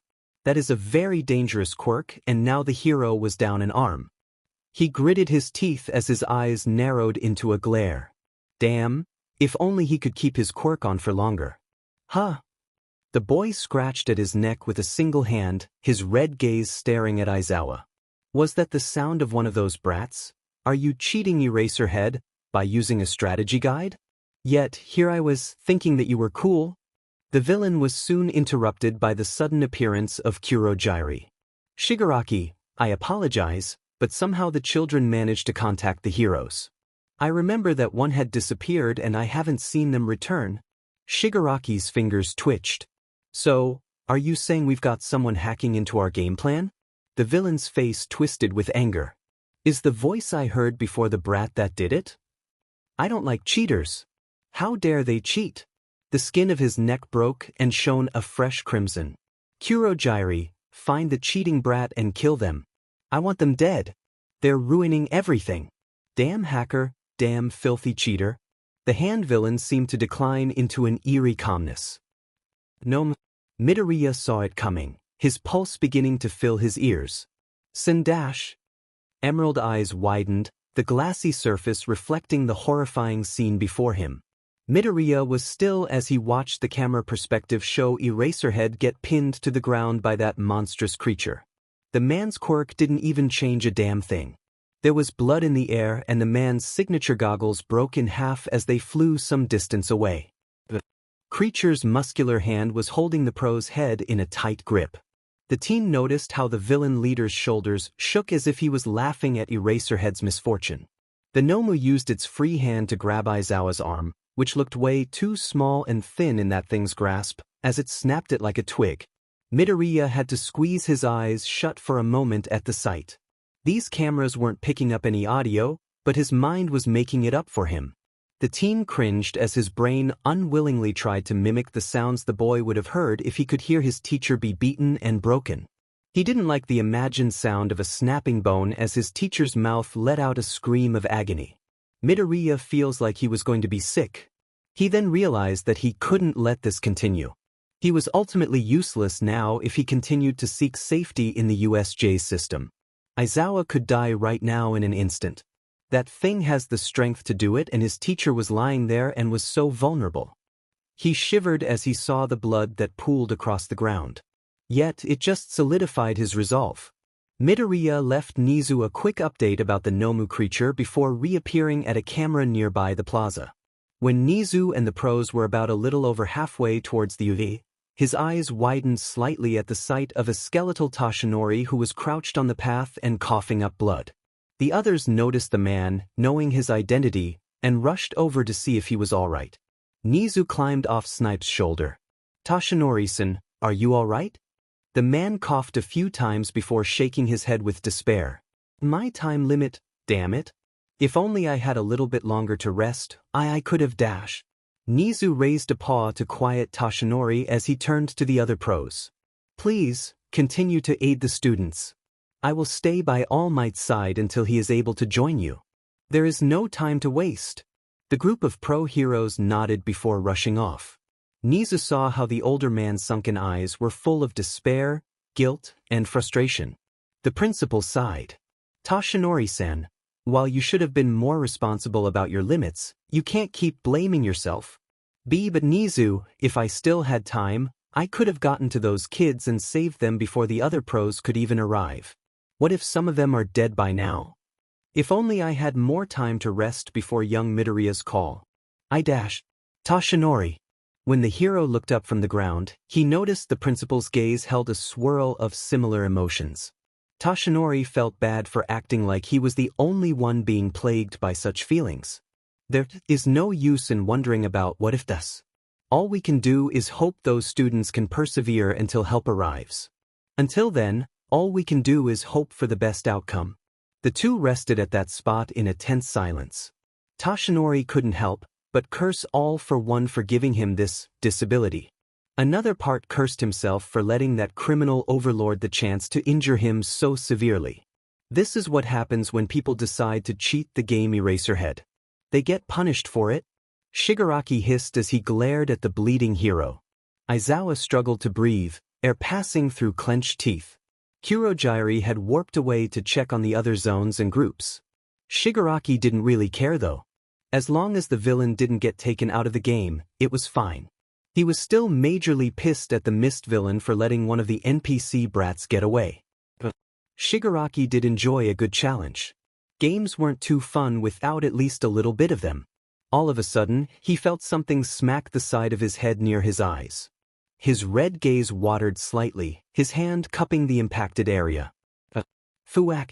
Another solid pellet was shot at him, making the villain stumble. "Get away from him." A green-haired teen stayed at a distance, one of his once-hidden weapons staying aimed at the target. The boy had grabbed one of his Wii remote batons as soon as he popped out of the security camera. The teen had pressed its buttons in a short, but secret pattern to make its parts shift to make it more normal-sized. Midoriya had then pulled a special attachment piece in which he placed the Wii remote in.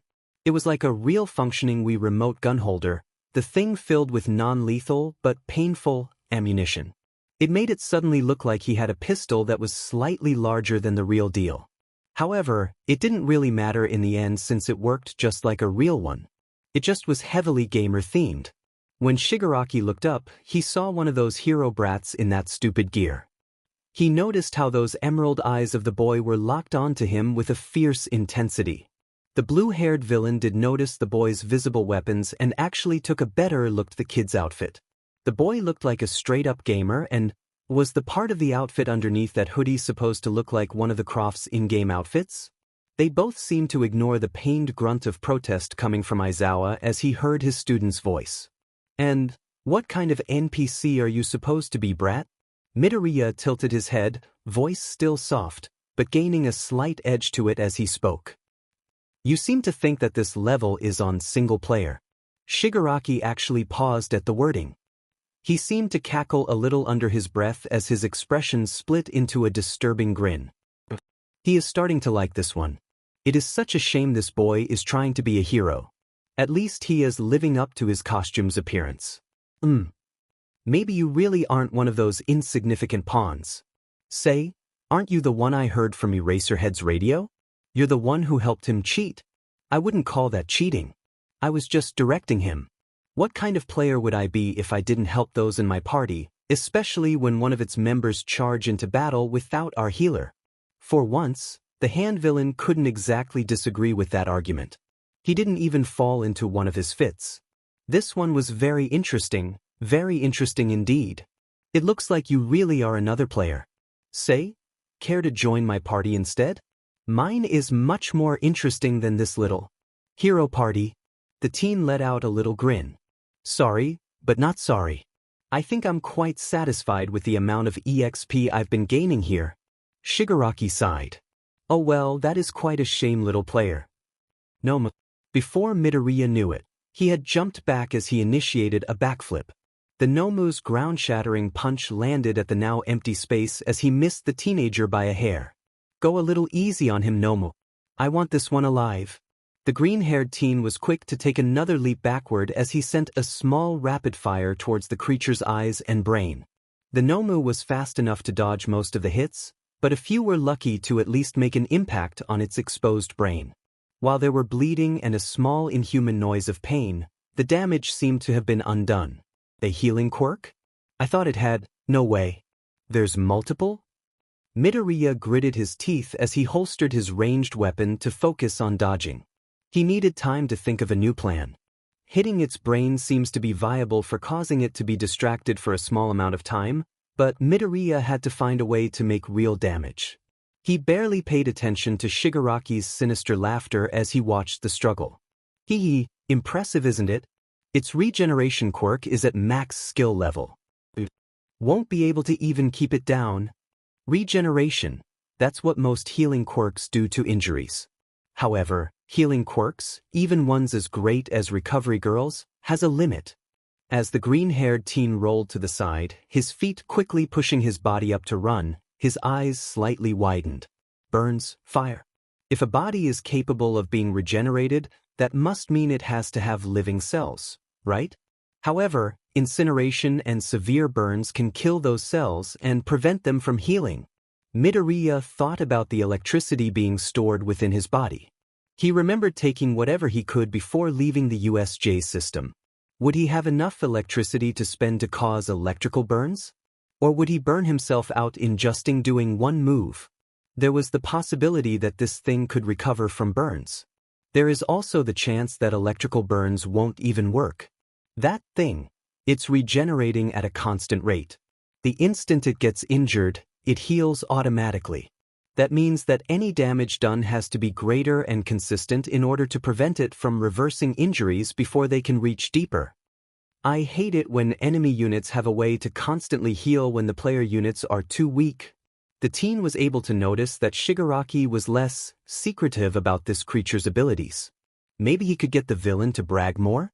Midoriya barely dodged the thing's arm that swung towards him. Called this thing a Nomu, right? Shigaraki actually paused and looked at the short teen. Yes. Nomu was made to be the perfect and ultimate weapon against all might. That symbol of peace won't be smiling anymore once he realizes that Nomu has shock absorption. Okay, so not only is it likely given a strength quirk on par with all mights, but it has resistance stats and consistent healing on top of it. Great. Midoriya tried to keep the conversation going, his breathing becoming labored. Those heroes either had to get here now, or he had to make a plan quickly. Don't why you think this is cheating though? It feels like that punch was way too close for his liking, a DLC that those pay-to-win players get. Seems pretty unfair to me. The green-haired teen was about to, probably, do one of the stupidest things he has ever done as his eyes took the risk to glance at Shigaraki. As expected, the other teen was getting angry. Before Midoriya could back out, he raised his voice a bit to make sure the villain heard him. If you're a real player, then how about you show your actual skills and fight me one-on-one instead of relying on your pay-to-win unit? I always did look down on those who use their money to win at games and then act like they actually put effort into the game. The only time I appreciate those types of people is when they still work hard and mainly purchase the extra content out of support for the developers or to have some fun messing around. No, stop. Midoriya was relieved when he could finally take a small break. The creature came to an instant halt as it seemed to become like a statue with no other orders. Midoriya tensed as he faced Shigaraki, who scratched his neck that shed with flaking, dry skin. So, you want a fair fight, eh? I can respect that from a fellow player. The villain leader was swift despite his appearance as he charged at the panting Midoriya, his hands outstretched for his quirk. However, I think I'm at a much higher level than you, hero. The green-haired teen hurried as he desperately pulled out his other Wii remote baton. As he swung it to protect himself, it ended up being caught in Shigaraki's grasp. Midoriya was quick to let go and create some distance between them as his emerald orbs watched his weapon turn to dust. Better it than me, Midoriya's gaze narrowed as he pulled his Wii gun out. It doesn't disintegrate the mass entirely in one instant, it actually takes some time. Yet, it still disintegrates way too quickly to be good on the human body. At least I shouldn't have to worry about having entire bits of my body gone as long as I don't let him make contact for too long. Neither had been paying attention to how much time has passed as the pair continued their dance. The villain would curse and become agitated every time Midoriya was able to hit him with his Wii gun or sneak in close for a lucky hit with his nunchucks, the blades giving the villain non-fatal cuts. Shigaraki even found himself coughing and hacking when the kid fucking whacked his throat with a Bruce fucking Lee jump kick of all things. Midoriya did have some close calls though as he lost half of his Wii nunchucks and some tears in his outfit from the disintegration. Some of the quirk's effects did reach his skin, but nothing too deep. They were just small, stinging patches of exposed flesh. Suddenly, both of them heard the USJ's large doors burst open. The yellow metal doors broke apart and folded up at the sheer force. When Midoriya looked up, he took a deep breath at the sight of All Might. For once in his life, Midoriya noticed the man was far from smiling. There is no need to fear, students. The buff man dropped his yellow striped suit piece to the side as he tore the blue tie around his neck right off. For I am here. Midoriya would look back at this moment and facepalm at his stupidity. With Shigaraki's obsession and quest on defeating All Might, the teen assumed that the villain would have paused to focus on his goal. Anyone who knew Shigaraki though would be surprised to see that he wasn't distracted at all by the hero's loud arrival. By the time Midoriya's eyes looked back at his opponent, his vision saw those dry hands centimeters from his neck. Emerald orbs widened and he swore he heard some of his classmates' voices cry out his name. Good game, player, but I win. The USJ filled with Midoriya's agonized screeches. The second Bakugou heard Midoriya scream, his brain went into overdrive. The blonde was quick to propel himself forward with his explosions, glad that he was able to finish off those low-level thugs. Kirishima was barely able to keep up with his classmate as he did whatever he could to catch up. When they finally reached the plaza, they saw All Might battling against the Nomu creature. There was a hand-wearing villain who was observing the battle from a safe distance. As Bakugou's eyes swept over the battlefield, he saw two different puddles of crimson. There was a small relief when he noticed two forms slumped against the ground and out of the way of the fighting. The second he saw Viridian curls stained with red, he ran over. Izuchan. The blonde grimaced at the state of his friend once he got close enough. Midoriya was, thankfully, breathing even though it was lightly. There was exposed muscle from decay to the right side of the base of his neck at around the same height as the boy's trachea. The majority of the injury was mostly moving to the boy's shoulder area and only crept a little up the actual throat. However, Bakugou noticed how there seemed to be a line that appeared thumb-like that stretched towards where the teen's trachea was actually located. None of the injuries seemed to be too deep and Bakugou feared what would have happened if the damage actually created a gaping hole in his friend's throat. He shivered at the grotesque imagery. Then, there was a second area a little under Midoriya's collarbone that was the size of a palm. The blonde took a quick glance at the blue-haired villain who kept watching All Might's fight with disturbing glee. Gut feeling that the hand villain was the one with such a dangerous quirk. Bakugou could tell these would scar even if they were mostly covered up by the blood, but he found a small bit of gladness that they wouldn't look too much like handprints if his friend recovered from this. Not if he recovers. It is when he recovers. Kirishima noticed how Bakugou had Midoriya covered, so he was quick to check on Aizawa. He winced at the injuries the man had, especially on his elbow. He couldn't think of what else he could do except carrying their teacher to someone who has better medical knowledge like the paramedics. At the moment, they couldn't do much. The redhead quickly went over to Bakugou to see how Midoriya was. Midoriya looked horrible. Kirishima had to avert his eyes as he took a few deep breaths. That was even worse than their teacher's injuries. However, he couldn't let this keep him from helping his friends, whether they thought of him as a friend or not. Bakugou, is there any way I can dash? That's when Kirishima noticed something strange. Due to the injury on Midoriya's collarbone area, the disintegration had worn away part of the short teen's clothes, revealing the slight hint of cleavage and what looked like a sports bra, or some sort of crop top. The redhead looked between Midoriya's unconscious form and Bakugou a few times with visible confusion. Kirishima will admit he isn't one of the brightest, but he wasn't stupid enough to not tell what a girl looks like. When he thought about it though, Midoriya's voice did have a high and slightly feminine tone. The green-haired teen spoke so quietly and softly though, that it could definitely be an easy mistake, especially when he was a young freshman male.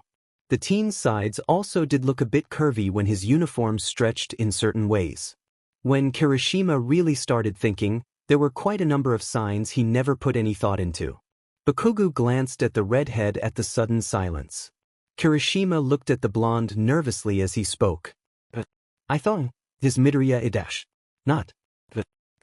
So, how about you help me save these morons' lives and shut the fuck up until I can explain later? It wasn't a suggestion. It was a command. Kirishima nodded in agreement. Bakugou's gaze still held that burning inferno that Kirishima remembered seeing when they fought those villains together, but this felt more controlled. It was controlled to the point of being calm despite it still feeling like a volcano was ready to erupt. It was certainly a strange and contradicting mix of emotions. The redhead wasn't quite sure if he could even describe it right. The ability to see the blonde wielding that animalistic anger, but stay there with an eerie calmness was something Kirishima never thought he'd see from his classmate. Oi, shitty hair, use that stupid-ass cape skirt shit or whatever you call it. Kirishima looked down at his costume. He seized the large red fabric that was meant to help pay homage to Crimson Riot. At the same time, it was actually perfect for creating some form of makeshift wrapping for wounds. He never actually thought about that. Ah, I see what you mean. Got it. Who knew that the blonde could be so resourceful? The teen was quick to remove it from his waistline, using his quirk to help cut the fabric into certain pieces and sizes as Bakugou focused on instructing him and wrapping the injured. A part of Kirishima wondered how the blonde learned how to do this. By the time they finished, Midoriya and Aizawa's major injuries were securely wrapped in red. The pair felt slightly uncomfortable as the fabric began to soak with blood. Will they be all right? The two swiftly turned with their quirks at the ready, only to see Todoroki standing there. The two-toned teen had narrowed eyes as he seemed to assess the injuries from where he stood. Bakugou huffed out a sigh. They will be once we get them some help. Both of them have some nasty-ass wounds that are bleeding too much for my liking. Kirishima and Todoroki watched as the blonde carefully lifted Midoriya in his arms in bridal style. The small trio then heard a couple of pairs of approaching footsteps, followed by gasps. Bakugou had his back turned to them and his body was reacting before Todoroki or Kirishima could stop him. Bakugou realized that he had just gave a kick to Shinsu's stomach. The blonde growled in annoyance. For fuck's sake, are all of you idiots trying to get your ass kicked? Warn us, why don't you? First, it was half and half and now it's you sneaky fucktards. Shinso and Azui glanced at each other. Yeah, that probably would have been a smarter idea when they're trapped in a villain attack. Sorry, Karo? That's when they began to pick up the relived cheers of their classmates who were at the USJ's entrance. When the group looked up, they saw the many forms of multiple heroes. Nizu raised a paw with a smile. There is no need to fear, students. Backup has arrived. The explosive blonde took the chance to get the group moving as he faced his classmates with a serious expression. Alright, I got Aizu. You, Insomniac and Frog Face, go help lift Aizawa-sensei. The pair, still drying from being in the flood zone, did their best to ignore the names as they began to carefully pick up their teacher. Todoroki and Kirishima looked at Bakugou expectingly. Before the blonde could get a word in, they all heard All Might grunt from pain. They turned their heads back to the battle only to see All Might bent backward as he tried to take down the Nomu, only to be stuck because of Kurojire's portal quirk. The hand villain seemed to cackle with glee at the sight. The group was only able to slightly see that bleeding crimson staining All Might's shirt from their angle. You two, shitty hair and half, be useful and help out All Might from getting himself killed. They didn't need to be told as the pair hurried, Todoroki swiftly sending a wave of ice. Bakugou focused on getting Midoriya to safety, taking a glance at Shinso and Azui before heading up the stairs that were cleared of villains thanks to Present Mike. As he was running up the stairs, he finally saw a group of his classmates, some who were by 13th side. Their relief at his safety was quick to vanish though once they saw all the blood and an injured Midoriya, followed by an injured Aizawa. Bakugou carefully placed his friend on the ground and out of the way. Uraraka gulped as she bravely walked closer. Will he be okay? The blonde just sighed, his red gaze lingering at the crimson staining his friend's body and his own. I don't know. The brunette's eyes widened and before Bakugou could ask why he felt a weak hand poke at his ankles. He was quick to sit up on his knees as he carefully holds Midoriya's hand. Aizu, you there? Neither of the pair liked how Midoriya's eyes seemed to be dull and unfocused. It was different from how the teen usually was. For Bakugou, it was more startling than it would be for most people because he knew Izuku. He knew that Izuku couldn't afford to let himself become so unfocused and unaware. The green teen couldn't afford to. Midoriya seemed to try and lift his free arm, his hand trying to reach the decayed spots. Bakugou was swift to snatch the teen's wrist all while being careful. Oi, Aizu. Don't go touching it, all right?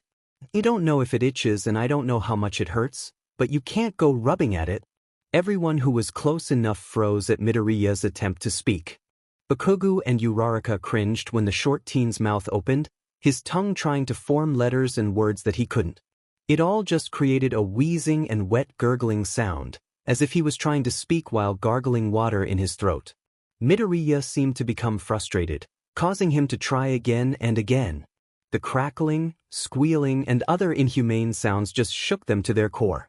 Bakugou used a hand to gently shut his friend's mouth as he sent a stern glare. Fucking moron, stop doing that. Your whole neck area is screwed up and I don't know how bad. Just try and calm down, okay? Bakugou watched as those dull orbs stared at him before beginning to close. The blonde panicked at the sight. Isn't he supposed to keep his friend awake? Or was that only for those with concussions and head wounds? Either way, he found himself lightly tapping his friend's freckled cheek. Nerd. Aizu, you better be planning to take a nap like some lazy-ass cat and not go dying on me. If you die, you know I'll find a way to bring you back just so I kick your ass. It seemed to work for a little bit, but Midoriya soon found himself falling back into a dark world.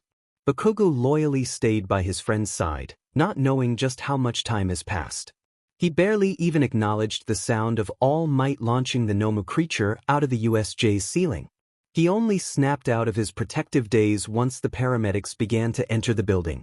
Bakugou startled as a gloved hand on his shoulder as others loaded Midoriya onto a stretcher. You going to be alright, kid? Bakugou just gave a numb nod. Did you just save Aizu? All the blonde remembered were the sounds of people speaking to him as he was led outside the USJ to the bright blue skies of the outside world. It felt like it was mocking them all for what they suffered through. It had been hours now since the USJ incident. All of the students were sent home and given a few days of leave until UA could make some improvements in their security. Nizu and the rest of the UA faculty had to push away their own feelings as they filled in paperwork, picked up calls, and answered questions. The desk phone on Nizu's desk rang and a white paw was quick to answer. Hello, this is Principal Nizu speaking. I assume this is about the USJ incident? Yes. Greetings, Nizu. I am Midoriya Hisashi, Midoriya Izuku's father. The principal nodded with a hum of acknowledgement. I see. It is unfortunate that this is our first real conversation. Do you know how my son is doing?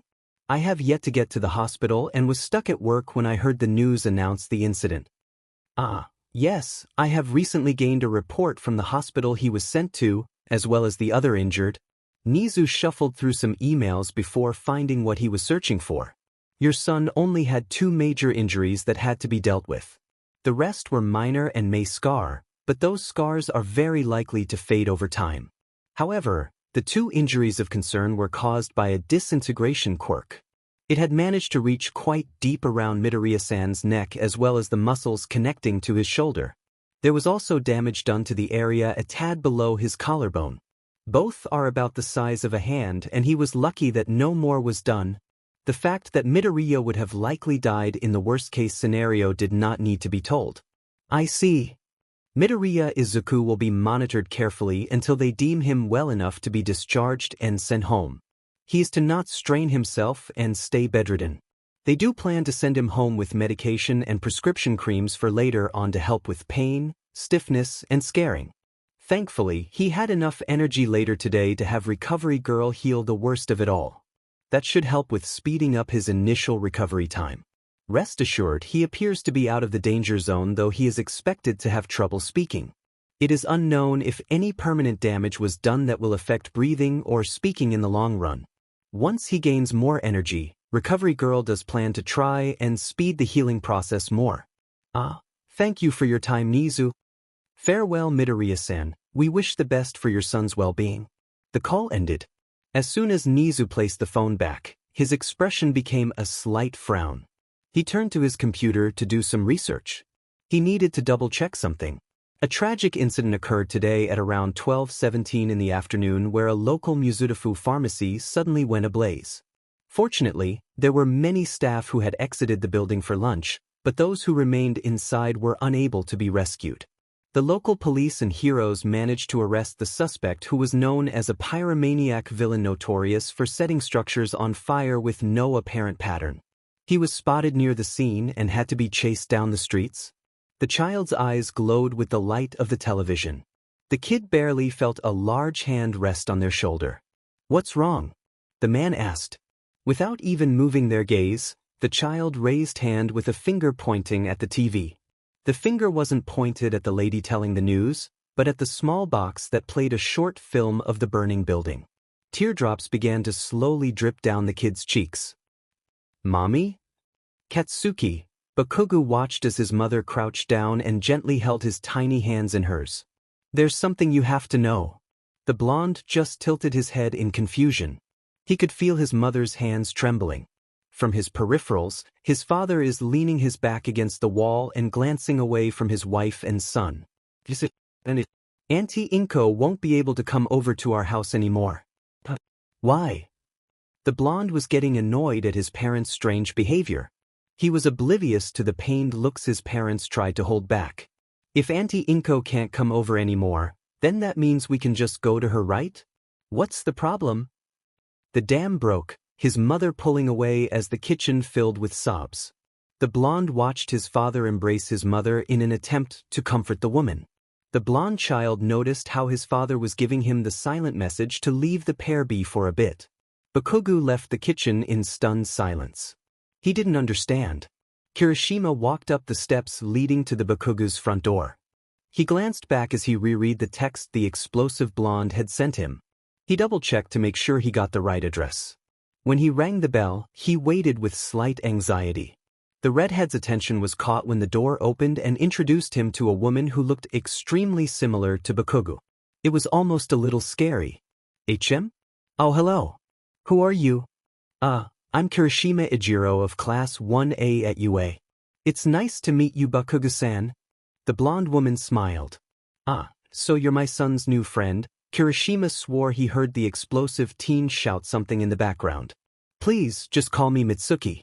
It will help it be less confusing too." "Sure." The redhead startled when the smiling woman turned back to the inside of her house with an angry shout. "Oi brat! Your friend is here. Don't keep him waiting." There were some thumps from the second floor followed by I get it. I'll be right there, you old hag." Mitsuki then turned back to Kirishima like nothing happened, her body moving out of the way of the entrance to the home. "Sorry about that. Please make yourself comfortable."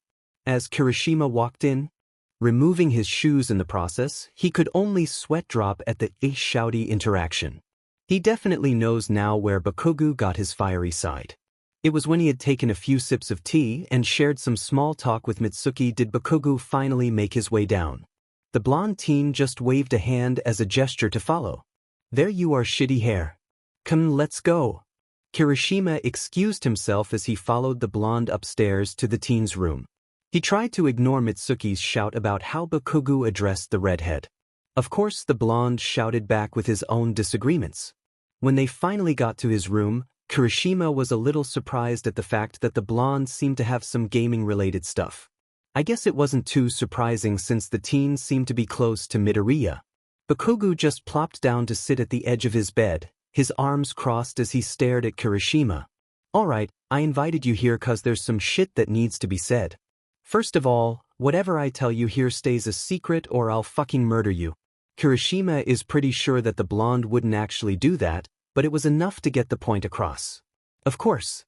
That'd be unmanly of me if I spilled secrets and stuff. There was a short silence between them until Bakugou finally spoke. "What are your thoughts on Izu? Like, in general or dash?" Bakugou huffed. "Just, for fuck's sake, spill your damn mind about Izu being a girl. I don't care if you word it in some shitty, asshole way because at least that means you're genuinely telling me what you think." The redhead thought about it for a bit. He didn't want to accidentally say something wrong because, in all honesty, he really didn't mind about Midoriya being a girl.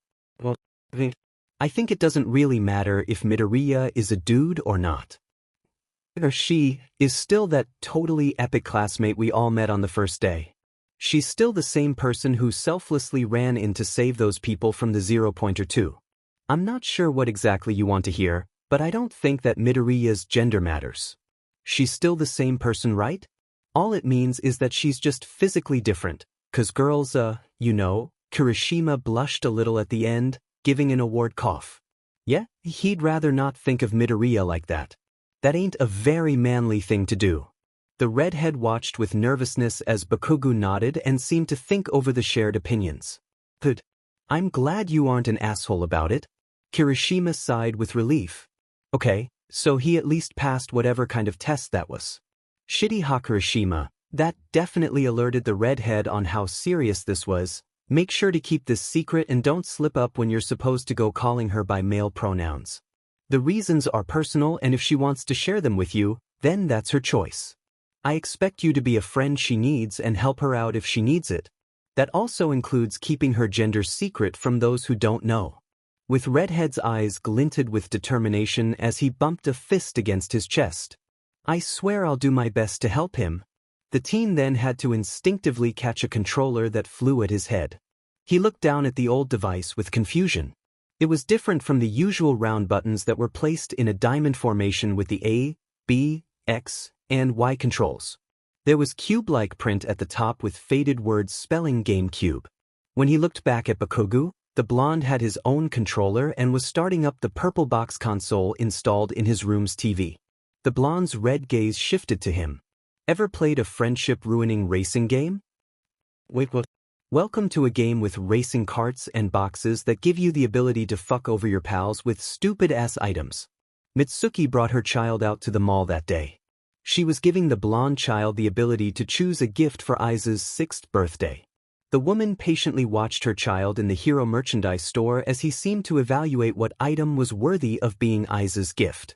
Bakugou was struggling with what kind of present would make Aiza super happy. Out of his peripherals, he noticed the video game store that was open across from the one his mom and he was in. As he stared at the game store from the hero store's window, he vaguely remembered a conversation he overheard. Now, the blonde usually wasn't one to pay attention to others he deemed unworthy of his time, but the group of boys during recess were being stupidly loud that day. They were talking about the latest hit video game or something stupid like that. Bakugou didn't really care at the time. However, Aizu hasn't smiled in a very long time. At this point, the blonde was desperate to get something to light up his friend's life. Yet, maybe something brought up by those annoying extras would actually do the trick. Bakugou and Mitsuki left the mall with a cheap handheld device. Bakugou kind of wished they had more funds and a couple of games. When Bakugou gifted it to his friend, Aizu was certainly confused at the strange device. They worked together to figure out how it worked, and soon the blonde found himself leaning over Aizu's shoulder as his friend played. Bakugou's gaze shifted to view Aizu's expression. He was pleased by the tiny lift of the girl's lips. It wasn't much, but he considered it a win. The door to the apartment slammed open as Hisashi shoved Midoriya in. He ignored the pained grunt from the teen as he shut the door. I can't fucking believe this shit. Midoriya was just about to lift his head when the man kicked the boy in the face. The teen tried to ignore the pain that came from his neck as it stretched from his head being forced to the side. Hisashi breathed in a strained breath. You just love causing problems for everyone, don't you? Don't you? Midoriya hacked when he breathed in Hisashi's smoke. The man's quirk tended to have more smoke emit when the man was angry or stressed.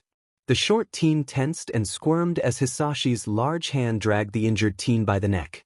Midoriya choked when his father lifted him up for a moment, only to be thrown into the barren room.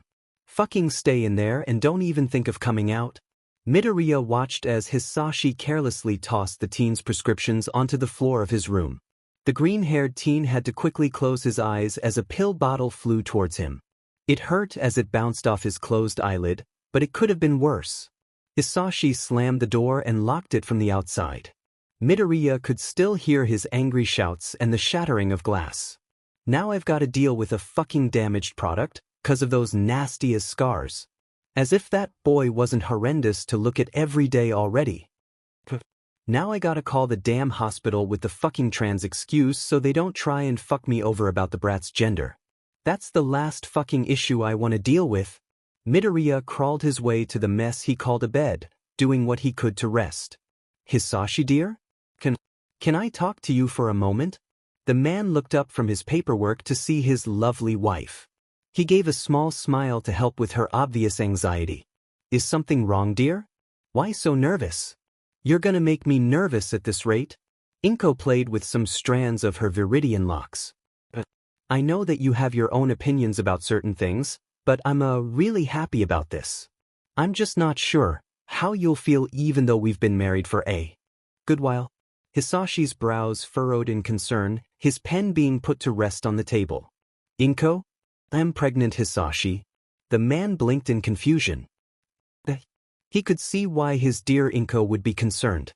Very early into their marriage, he made sure to voice his opinion on not desiring children. Inko respected that and he respected her for understanding. He knows that there is no perfect way to completely prevent pregnancy. Even using all safety measures can still have a probability of failure. Yet he was filled with uncertainty. Would he be able to care for a child? Would he be able to take the role of a father? As Hisashi looked at Inko's worried stare, her hands clasped as if she was praying for him to say something positive, he couldn't help himself from giving it a try. All parents have no answers to such questions when they have their first child, right? So, he didn't see any issue with giving it a try. As he joyfully lifted Inko with a cheerful smile, a nuzzle to her stomach despite her giggles and squeaked-out protests, he couldn't help the small feeling of excitement. What would it be like to have what others called a bundle of joy? Hisashi was a curious man and he wanted to find out. He couldn't wait for the future. Toshinori stared at the file in his grasp. The skeletal man was in deep thought. He had found himself in deep thought a lot more often nowadays with his time limit and need for a successor. There was always Togata Mirio, who was recommended by his distant friend, Mirai. However, the #1 hero wanted to be able to find a candidate of his own. He won't deny that Togata has great potential as a successor. He has met the boy for brief periods of time as a teacher, and the teen was certainly impressive, but he knows it can't hurt to have more options.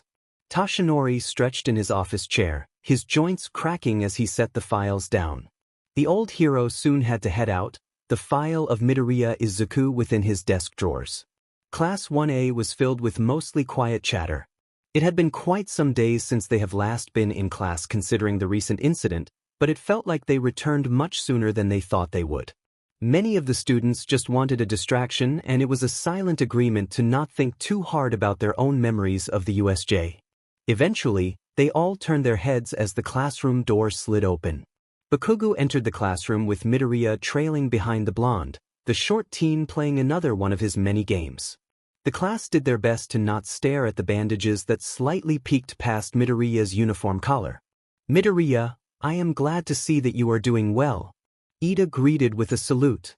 The short teen just gave a small nod in response. When Midoriya sat in his seat, a few classmates crowded around him. The teen could hear Bakugou growling at the fellow students as a way of warning them not to pester the green-haired teen too much. A part of Midoriya wished that the blonde wasn't so protective at times. "Hey man, you gonna be alright?" Kirishima spoke up. For a second, the students wondered if they were going to get an answer. Then, Midoriya finally spoke up. "Yeah, I'll be fine. Recovery girl just wants me to keep these on for a bit as a precaution. Technically, I'm all healed up. I have some stiffness in my neck on that one side, but it doesn't hurt." The group of friends and eavesdropping students felt relief at that. The teen's injuries had left many of them shaken. And then entered Aizawa, who looked like he was ready to be buried in an Egyptian tomb. "Good morning, class." His monotone voice greeted. The class could only stare at the mummified man in disbelief. "Aizawa-sensei, we are glad to see that you are doing well." Ida's voice rang out. "What about that looks like he's doing well?" The class simultaneously thought. They just watched the man make his way to the front of the classroom with a hunched back. No one was entirely sure if they should believe him when he stated he was fine. "Putting my health aside, know that the battle is still not over." That made everyone tense as multiple negative scenarios flooded their minds. Class 1A was caught off guard by the large grin that took over Aizawa's face. After all, there is the upcoming UA Sports Festival. There was a massive wave of relief that was quickly replaced by a competitive atmosphere. Everyone knows about the famous UA Sports Festival, an event that had risen in popularity over the years and has become the replacement of the pre-Quirk era Olympic Games. While everyone was thinking about the event, Midoriya could only think about how it was the perfect time to start pulling out those Olympic-based video games featuring that red plumber and that blue hedgehog. Oh yeah, I guess he should be thinking about the sports festival. Does swinging a remote around count as training? Nerd, please tell me you're thinking about the sports festival and not video games. Bakugou was met with silence and an innocent expression. Some of their classmates turned to look at Bakugou as the blonde just face planted his desk, sudden bang of the desk catching some of the students off guard. Midoriya just turned away and focused on his game to not involve himself. It was during their lunch period when it happened. Midoriya ended up with his small circle of friends made of Uraraka, Ida, Kirishima, and Baku. Shinso was still a challenge to convince, but Midoriya was sure he'd one day get that purple-haired insomniac to sit at the same table. On their way to lunch, they ended up falling into a discussion about their personal reasons for being a hero. Ida had his inspiration from his older brother and his family legacy, while Bakugou said that he wanted to keep those cruel motherfuckers in line so they don't ruin lives. When Uraraka had to share, the girl ended up quite embarrassed. The group could see why if they took her reason out of context. The girl just wanted to help use the money she'd be able to earn to help out her poor family who owned a not-so-successful construction business. I don't see the issue with that. Our society's economy runs on cash, so there's no problem with making sure you can survive in the world. I'd see a bit of an issue if you had enough to get by in life, but wanted more just to simply have more money. Plus, hero work would help a lot with that since they can get paid quite a lot. If you can help save lives in the process of caring for your loving parents, then I see zero issues. Midoriya voiced, his gaze leaving his game as he stared at Uraraka. Bakugou said, he ain't wrong round face, and if anyone has an issue with that, then they obviously don't understand what it means to have money issues in a society that demands the use of money. Anyone with a fucking brain will be able to see the kindness behind it. Uraraka gave them a bright smile, eyes threatening to tear up at the display of support. She really was expecting them to be negative towards her reason. Midoriya-kun, what's your motivation to be a hero? She had questioned.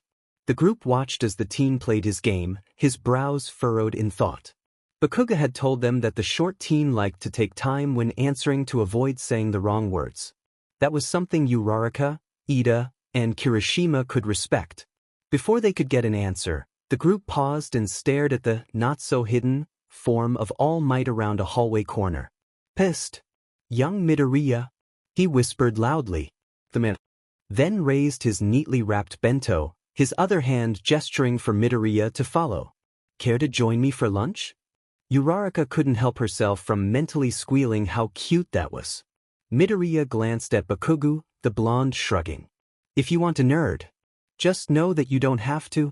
The green-haired teen ended up bringing his lunch with him as the teen followed All Might. The rest of the group just continued their way to the lunchroom. As they spoke quietly about what had just happened, they failed to notice how a certain two-tone teen, a little further ahead in the lunch line, listened to their conversation. Todoroki returned his gaze forward once he felt Bakugou stare in the cold teen's direction. Yagi knew how to speak in front of crowds. He also knew how to comfort civilians during a crisis. Yet here he was, a veteran hero and the symbol of peace, struggling to start a conversation with a teenager. Fortunately, it looked like he didn't need to say anything. You aren't here for just lunch. I'd appreciate it if you got to the point. The man coughed slightly out of surprise, the green-haired teen not once removing his gaze from his game.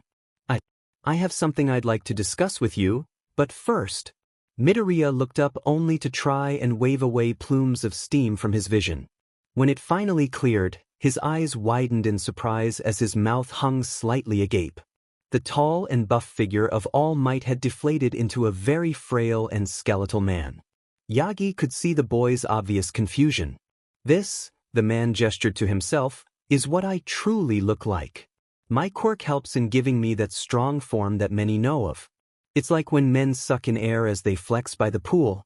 Midoriya stared as his brain tried to process the information, but he waited because he could tell there was way more to be said. It wasn't always like this though. The teen gained a grim gaze as Yagi lifted his shirt to reveal the ugly wound that seemed to stretch from his chest to his abdomen. About 5 years ago, there was a deadly villain fight that had left me severely wounded. I managed to keep this battle quiet from the public so very little actually know. Despite the many surgeries I had gone through, I lost some of my organs and continued to go through the decline of my health. This also had caused me to gain a time limit on my hero form as All Might. Due to the power I had to use at the USJ, I have less than my initial 3 hours prior to the incident. Midoriya found himself slouching on the couch, his brain not focusing on supporting it as the teen thought deeply. This was really starting to sound like some sort of adventure game plot or some kind of anime plot right now. Now that you know of my true form, I can tell you about what I really wish to discuss. Yagi watched the teen give a small nod as a sign to continue. The man wondered how the boy would take this by the end. Despite my fame, no one truly knows what exactly my quirk is. Many believe it is something such as strength enhancement. Whenever anyone has asked though, I usually manage to change the conversation with a joke. Yagi looked at Midoriya with a serious gaze. Please note that all of this information is to never leave this room. I understand, Midoriya answered. The teen played with the sleeves of his hoodie. My quirk is known as One for All. It is a stockpiling quirk that has been passed down for generations. One gains it and develops it only to pass it on to another who will do the same. Every time, this quirk will continue to get stronger with every pass of the torch. This power was one I was not naturally born with, but a sacred torch that was handed down to me. Midoriya was absolutely sure this was some sort of game or anime plot now. The symbol of peace having a secret identity, past, and now a secret power that can be given away? It is all a setup for some protagonist to go walking into. The teen wouldn't be surprised if there was some legendary arch-nemesis attached to this whole ordeal too. A quirk that stockpiles power and can be transferred to another person? Midoriya wasn't sure what to say in response, but he had a feeling that he knew where this was heading. Yagi watched those emerald eyes stare into his very being. All Might, are you telling me you brought me here to become the next in line for your quirk? The short teen watched as the man clasped his hands and gave a firm nod. Yes, young Midoriya. I believe you have the qualities to make a great hero and I would be happy to have you as my successor. Should you accept, you may even find yourself taking up my position as the symbol of peace one day. Midoriya knew he already had quite a strong quirk. Maybe not as strong as All Might's, especially after that information dump, but it was still a powerful set of abilities. Yet here he was, being given the chance to practically become an unstoppable force and the future's next symbol and #1 hero. The teen swallowed as his body tensed. How long do I have to decide? Considering the training and toll of learning a completely new ability and strength, I recommend making a decision soon. How about, for now, we'll plan to meet once the UA Sports Festival is over. You can give me your answer then. I see. Midoriya's gaze switched from All Might to the room's wall clock as the bell rang from outside the doors. Yagi gently rested a hand on the teen's shoulder. Listen, I know this is very difficult to take in. There is no issue with saying no if you really don't want this power. It is solely up to you. Midoriya returned to class that day with a lot more on his mind than he would have liked. It was the end of the day when his teacher approached him in the halls. Midoriya, may I have a word? Aizawa's voice spoke up. The teen already had a lot to think about due to All Might, but now he already has another teacher wanting to speak with him. He hoped that it wouldn't be anything major. Yes, sensei? How are your injuries? Midoriya blinked out of surprise at the sudden question. Was that concern he heard too? They've been doing well. Just some stiffness, but no real pain. Aizawa nodded. That is good to hear. However, know that just because you're healed doesn't mean you should slack off when it comes to your health. If you ever have any issues, please go to Recovery Girl. She'll probably not be pleased, but she knows what she's doing. That is all. Have a good evening, Midoriya. With that, the teen watched the man walk away down the hall. Was it just him, or did Aizawa go into parent mode? Midoriya decided not to think about it too much, and he continued his way to leave school. When Bakugou texted him about Kirishima knowing, Midoriya had definitely felt a bit nervous as the teen was welcomed into the Bakugou's home. He ended up finding the blonde and redhead waiting for him, the two checking out some of his games while they waited. So, Kirishima knows, Midoriya said as she turned to face Bakugou. Yeah. Shitty hair found out during the USJ. No one else saw though. Kirishima looked between the two with slight anxiety. This was a bit awkward. Hey, listen, I don't know the full reason behind it and stuff, but know that it doesn't really matter to me that you're a girl. You're still that totally epic friend I met since the entrance exams. The redhead watched as Midoriya gave a small smile in return. I'm glad that you understand. Bakugou and Kirishima watched as Midoriya pulled out the Wii console. While tossing two controllers at the pair, Bakugou caught it with ease but snorted at the terrified face of Kirishima. Okay. So maybe Midoriya's weapons had caused some mental trauma. The redhead still caught the remote due to his reflexes, but still seemed to be slightly shaken at seeing it flying towards his face. The sports festival is coming up, so I thought this would be a good game to play. Midoriya inserted a disc that said something about London and Olympics. Bakugou turned to face Kirishima with a serious expression. Oi, shitty hair, whatever you do, please for fuck's sake put the strap on your wrist. Kirishima liked to say he had a good grip on things and dismissed the warning. After all, what could go wrong? Midoriya and Bakugou ended up getting some ice packs and first aid half an hour later while Kirishima groaned in pain on the floor, a nasty bruise forming. Midoriya and Bakugou managed to create a makeshift ping-pong setup as they waited. It was the day of the UA Sports Festival and everyone in the class was in their gym uniforms buzzing with excitement or anxiety. Ida had given up on trying to stop the ping-pong match when Bakugou had to tell Ida off about how it was helping with stress. Midoriya was a bit more diplomatic than his friend as he tried to explain it in a way that would make Ida satisfied. All in all, everyone looked at the green and blonde pair and thought of how they'd make a good bad cop and good cop dynamic. Midoriya was thankful for his friend turning the waiting room table, pulling out a bouncy stress ball he sometimes carries around, and turning it into a game. Bakugou could tell his short friend was nervous about the loud and massive crowd that was waiting for them. The green-haired teen would have brought one of his games, but they'd be heading out soon and he didn't want any of his devices to be damaged or lost in the inevitable chaos. All he had was his phone which he could use to play some games in between the one-on-one matches, but right now, it wasn't exactly going to help with his hidden anxiety. Playing this sham of a version of ping-pong was enough to at least have his body doing something instead of sitting around. Midoriya. The teen caught the ball bouncing his way before turning to face Todoroki. Todoroki? Many of the students glanced at the confrontation. Looking at things objectively, I think I'm stronger than you. Midoriya could only tilt his head in confusion. Todoroki declaring war on him? However, All Might has his eye on you, doesn't he? Bakugou narrowed his gaze at Todoroki from where he stood. All Might only ever interacted with his friend once, and that was for lunch. He remembered seeing icy hot eavesdropping on the group's conversation that day. The blonde didn't think the guy would make the assumption that All Might has been some sort of secret supporter since the beginning of the school year. Other than that one time, Bakugou has never seen an ounce of favoritism for anyone in their class. Why did it even matter that All Might had his eye out for a promising future hero? After all, he and Aizu were going to be the greatest there is. Regardless, I am going to beat you. Kirishima awkwardly tried to ease the tension. Hey man, don't you think that's a bit dash? Alright. Everyone could imagine themselves doing an anime fall at the innocent and simple response.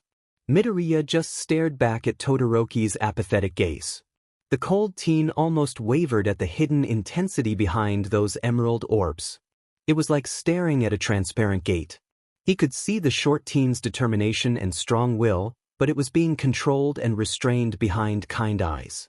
Todoroki, I'm not exactly sure what is going through your mind by sending me a challenge request. However, I do acknowledge how capable you are. You hold a lot of strength that I have not seen, and perhaps you really are stronger than me in a lot of different ways. We are all training to become the very best heroes we can be, so I know I cannot let myself fall behind. Bakugou noticed that glint in his friend's eyes, one he hasn't seen in a long while. The blonde grinned at the sight. I will be fighting with everything I've got. I do hope you can keep up, it'd be a shame to see you lag behind. The room went silent at the strength behind those words. Some actually glanced at Todoroki with bits of concern.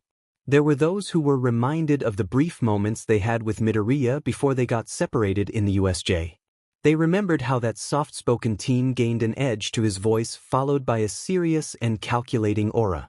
Those same qualities could be felt in the way Midoriya accepted Todoroki's declaration of war. It was a little jarring to see the short teen release that hidden blaze of fire when he was usually a gentle lamb. Before they knew it, they were notified to start walking out into the field. It was time. Welcome everybody to the UA Sports Festival. Can I get a hey? Present mic was met with even louder cheers. Alrighty then.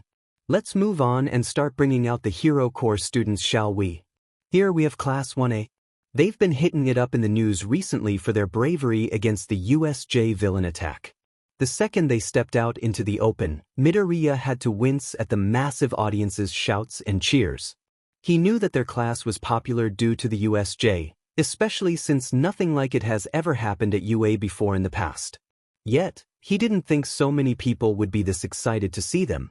Midoriya tried to not focus on the sheer number of people who are watching their every move, either in the stands or at home. This was already pushing his anxiety into overdrive even though he looked completely calm on the outside. Now, give a hand for Class 1B. One by one, all the first-year courses were being introduced as they made their way out into the field. Midoriya hoped they didn't have it out for Class 1A too badly. He remembered how the other classes crowded outside their classroom. When the school day was over, the class found themselves unable to leave once the door was slid open. Outside of their classroom was a massive crowd of students from the other courses. Whoa, what's up with everyone? Kaminari questioned, intimated by the sight of the crowd. Bakugou just huffed. You morons, can't you see that they're here to scout us out? Kirishima turned towards Bakugou. Scout us out? He means that the other classes must have heard a lot about us thanks to the USJ and now they want to see who they'll be dealing with for the sports festival. I am not sure if they meant to keep us from going home. Midoriya spoke up, his eyes staying on his game. Well, so this is Class 1A? A blonde with neatly combed hair spoke up. Everyone already disliked this guy's condescending tone. Not exactly what I was imagining now that I get to actually see you. After all, I'm sure we were all expecting an impressive group who fought off against real villains. Many of the students felt their fist clenching. That wasn't something to really praise about. It was a terrifying experience for them all, and the only good thing about it was the fact that there were no casualties. However, don't go thinking you are mightier than all of us just because you fought villains and won. I can assure you that Class 1B is much greater in strength. Just you wait. Class 1B will be stealing your spotlight before you know it. The entire class, and even the surrounding ones, began to get ticked off by the dude as he cackled like some villain. Everyone's sweat dropped when a hand had karate chopped the boy's neck, the teen's body slumping to the floor as he laid unconscious. A girl with very orange hair grabbed the boy by the collar of his shirt as she dragged him away. Sorry about that, everyone. Monoma can be a bit of a special case. Just ignore whatever he said. Bakugou was beginning to lose his temper, especially after being forced to listen to that arrogant blonde kid. Alright, listen up you extras. People like me gotta get the fuck home, and I'm sure you all got places to go to. So fuck off and focus on actually beating us if you think you can. You're gonna need all the practice time you can. Class 1A face-bombed as the crowd of students went into an outrage at the blonde's words. Leave it to Bakugou to piss people off. Bakugou, that was unacceptable behavior. Are you trying to make enemies for us? Ida scolded. Midoriya noticed a guy who seemed to turn his body into metal who yelled about Class 1A being a bunch of arrogant assholes. For some reason, that student kind of reminded the teen of Kirishima. The green-haired teen sighed at the drama. Well, he was class president, so this should be okay to do, right? Very few noticed how the short teen's body glowed green for a second before everyone froze at a sudden static wave. Everyone went silent as they stared at Midoriya, some yelping at getting a tiny shock from the static electricity. Midoriya glanced at everyone before speaking. Is everyone finished now? None of the students in the crowd were sure if they wanted to respond after that display.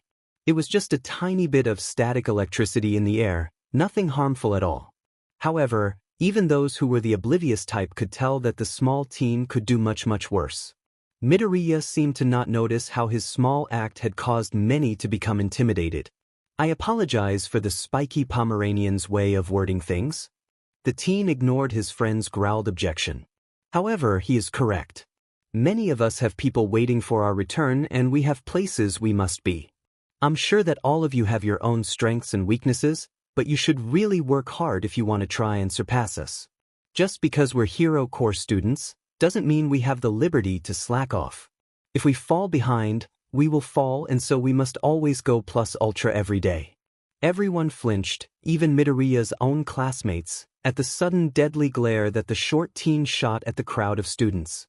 Also, don't think we are arrogant or bathing in the glory the media has been giving us for the USJ. It is obvious by how you're acting that none of you understand what it's like to face a life or death situation. It was something that we were not trained for.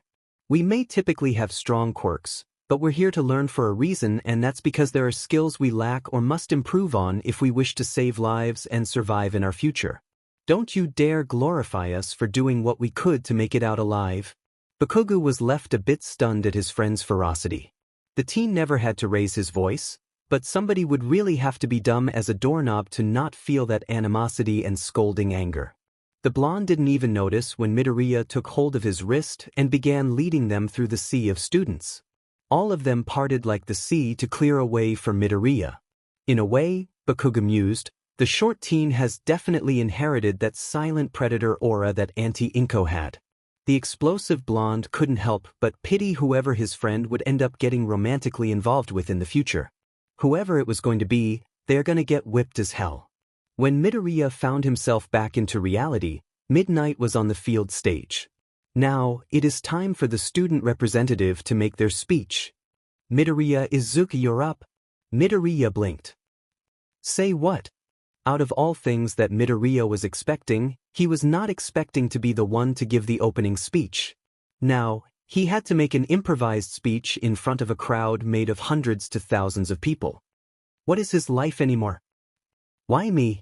Ida spoke up beside him. It could be because you're the class president, but I think it could also be because you ranked first in the entrance exam. Midoriya forgot all about those rankings. He managed to take first from Bakugou, mainly due to those rescue points. The blonde ended up in second. Either way, he was definitely not ready for this. Nobody except Bakugou could tell how nervous the teen was as he made his way to the microphone. Everyone was wondering if the teen would ever speak until Midoriya took a deep breath, his voice ringing around the entire stadium. I don't think I'm very good with words, but I'll try my best. I guess. You could literally feel everyone's sweat drop at the blunt honesty. Listen. I know that everyone here mainly has their eyes on Class 1A. Midoriya noticed how the other courses seemed to grumble because of the USJ incident. However, please note that there are plenty of others here who have their own potential. The media makes it sound like we should be glorified, but I can assure you that I find it wrong to glorify the fact that untrained children did what they had to in order to survive. That should be something to be relieved about. It should never be an experience that is used as some sort of trophy. We were fortunate that there were no causalities, so please do not use our own traumatic experiences to overshadow the potential that lies around us. Everyone at UA, even outside of the hero course, are doing their best and are working just as hard for their own goals. This is UA, an amazing school that manages to raise great potential in any course. It is because of that we will all do our very best today. We go beyond, plus ultra. Midoriya felt like he was going to break into a sweat when he finally wrapped up his speech. He was glad to hear the many encouraging cheers that followed and the more positive aura that the other course students seemed to gain during his speech. The short teen knew that it must be hard to work so much and know that no one cares because there is someone better. It might not change the fact that many are still here for Class 1A, but he at least wanted to help in forging good relations with the other students. Midoriya wanted to give them the comfort that there is someone who cares and acknowledges their efforts. The green-haired teen found many smiles passed in his direction as he made his way back to his class. Midnight took over as she began to officially start the events. Everyone watched the large screen show a spinning animation of the many possible events. Midoriya noticed how some of the guys seemed to blush at the sight of Midnight's outfit. She was the R-rated hero for a reason. What did they expect? Now, let's get this show started. Our first event will be... The wheel finally paused, allowing everyone to read the first event, the obstacle race. Everyone focused their gaze on the screen as it began to show an above view of the stadium and the area around it. Listen up now, or you may end up needing to drink your own tears, dearies. Treat this event as a qualifier for the next round. Midnight's whip made a loud snap as she waved it. All classes will be participating in this race. You will all be racing around the outer circumference of this stadium, which is about 4 kilometers from the starting point to the finish line. Some students felt intimidated when Midnight glanced back at them with a sadistic glint in her eye. Now, children, remember that our selling point is freedom. She licked her lips with a smirk. That means that as long as you stay on the course, it doesn't matter what you do. Just focus on making it to that next round. The R-rated hero raised her whip to the starting line, which had a special gate around it. Now, take your places, everyone. As the students began making their way to the starting line, Midoriya paused and let everyone go in front of him. His emerald orbs narrowed as he examined the tunnel before them. That was going to get very crowded. He pitied anyone here who was claustrophobic. He heard the familiar steps of Bakugou approaching. When he glanced over, he saw the blonde nod. You see it too, don't you? Midoriya just nodded. The race began to start, the gate lights slowly turning off as it counted down. Everyone was ready to go and the surrounding audience went silent with anticipation. The last light of the gate went out. Start. The race began with a blast of sound. Midoriya paid no attention as Bakugou launched himself into the air with his explosions. He was confident that the blonde would do well. With a deep breath and a little stolen electricity from the machinery around him, he dashed towards the tunnel's wall. An electric glow surrounded his body as he gained enough speed to keep himself running on the wall for a small bit before he had to jump off. He began using the students below as springboards to avoid being stuck like everyone else below him. There was a sudden wave of frigid air as ice seemed to encase the tunnel. As Midoriya hopped, he noticed how many had their feet trapped in ice. So, this was Todoroki's tactic. It was pretty effective crowd control. The short teen soon found his feet on solid ground, the sun's rays warming up his skin. Midoriya wasn't surprised to see many of his fellow classmates surpass Todoroki's ice. The green-haired teen was carefully giving himself short bursts of speed with the electricity he managed to gain. He was almost worried about running out until the large shadows of multiple zero-pointers appeared. Following underneath them were the smaller robots from the entrance exam. Third, free batteries. Many students watched in fascination as several machines seemed to have a beautiful ribbon of energy connect to Midoriya's swift form. It was almost like watching an aurora as the robot's power was drained from them. When a robot would shut down, the thread of energy would begin to dissipate from the source and be completely gone by the time the fading effect would reach Midoriya's body. Midoriya took the chance to take as much energy as he could, quickly replacing the amount he was using. He made it just in time to move Kirishima and that metal-turning teen from getting crushed by the partially frozen zero-pointer left behind by Todoroki. Sure, the two both have quirks that would allow them to survive being crushed, but you can never be too sure. It is better to be safe than sorry. Are you all right? I know you could have protected yourselves, but I didn't want to risk any injuries. For a second, Midoriya thought he was looking at duplicates as they both simultaneously gave a thumbs up and a sharp smile. That was super manly of you. Thanks. The similar pair then ended up glancing at each other in surprise. Midoriya just decided to let them figure out their sudden twin mindset as he continued his run. The short teen could hear Present Mike shout something about the next obstacle being called the fall. When he made it there, he understood why it was called that, considering that there were stone pillars with ropes attaching to each one. Other than that, there was just a dark pit waiting below. There was a pink-haired girl shouting in the distance about how wonderful her babies were as she shot across the obstacle.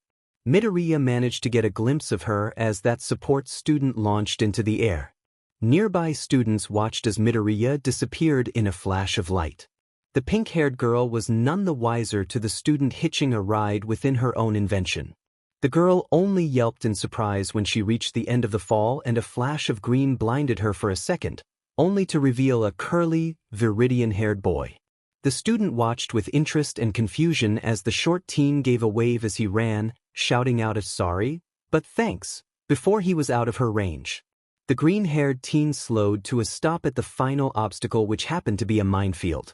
They were harmless, but they did give quite the push if you happened to set one off. Midoriya bent down near the nearest landmine and began to carefully dig it up. If it was made out of what he thought it was then. Some passing students were quick to move on when they saw Midoriya crouched with a grin as he stared at a dug-up landmine. It was a bit unnerving. When Midoriya transported himself inside the machine, he felt even happier. Even though these devices were still individual machines, they all still followed and connected via the same system. In other words, Midoriya can travel to each one until he reached the end of the landmine field.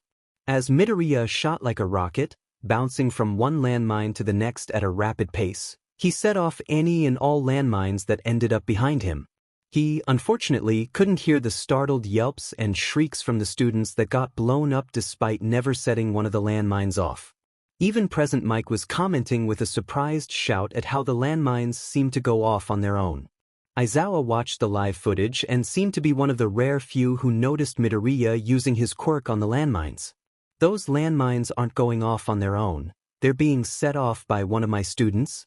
The man would never admit the pride he was feeling at the moment. Present Mike exclaimed. Seriously? What are you teaching your students, Eraser? All the voice hero got was a terrifying grin. I didn't teach them anything. They just got riled up on their own. When Bakugou heard the sudden explosions behind him, he instantly knew it was Midoriya. Todoroki and the blonde were being careful as they fought each other for first place, their steps being put down with caution. Then, they were met with a flash of green above them. When they looked up, they saw the form of a smirking Midoriya materializing in the air. The short teen charged his body with electricity, and Todoroki and Bakugou could feel the air being forced from their lungs as the teen's feet hit their backs. Due to it being superpowered, the pair not only got pushed to the ground, but their faces ate dirt as they face-planted. Their falling bodies hit the landmines below them, but Midoriya made sure to activate the ones in between Todoroki and Bakugou just in case. The resulting explosions blasted both teens into the air and off towards the opposite sides of the field. Midoriya sprinted his way towards the finish line. By the time Bakugou and Todoroki caught up, Midoriya had already made it to the end with the gate emitting a loud buzz. There were colorful streamers that fell as a form of congratulations. Bakugou managed to snag second while Todoroki ended up in third. Todoroki gritted his teeth at only getting third place. He could have at least gotten second if it wasn't for his foolishness.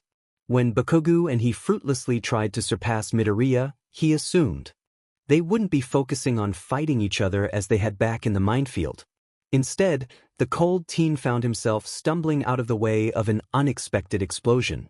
The delay was enough for Bakugou to gain second place. Todoroki could only painfully watch as the blonde won by being mere inches in front of the cold teen. Todoroki just watched as Midoriya got his hair ruffled by Bakugou, the loud blonde chuckling at Midoriya's use of the landmines. "Why you sly broccoli fuck? You used explosions to beat me. That shit is pretty backward if you ask me." Anyone watching though could tell it was all lighthearted. Once everyone had managed to make it back, they all crowded around as they watched Midnight bring up the scoreboard. Only the first 42 students who passed the finish line would be able to qualify for the next event. That meant it was time for the next round. Everyone watched with held breaths as the event will spun again. "Looks like our next event is Tower Defense," Midnight announced. "Pay attention as I explain the rules. Tower defense is much like a cavalry battle, except you won't have to worry about keeping someone hoisted on your shoulders.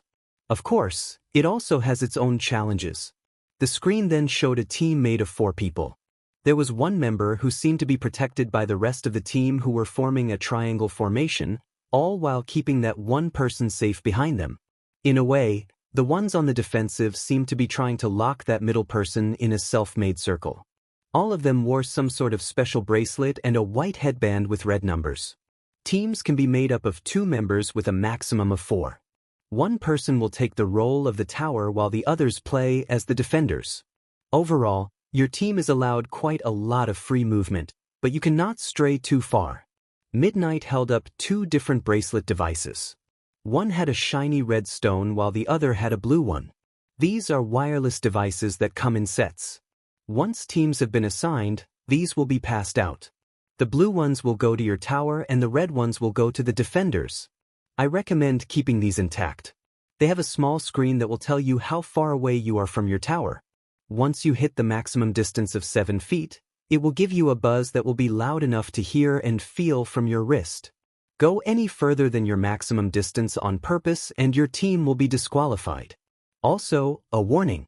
Do not purposely cause other teams to become disqualified by forcing them to separate beyond their max distance.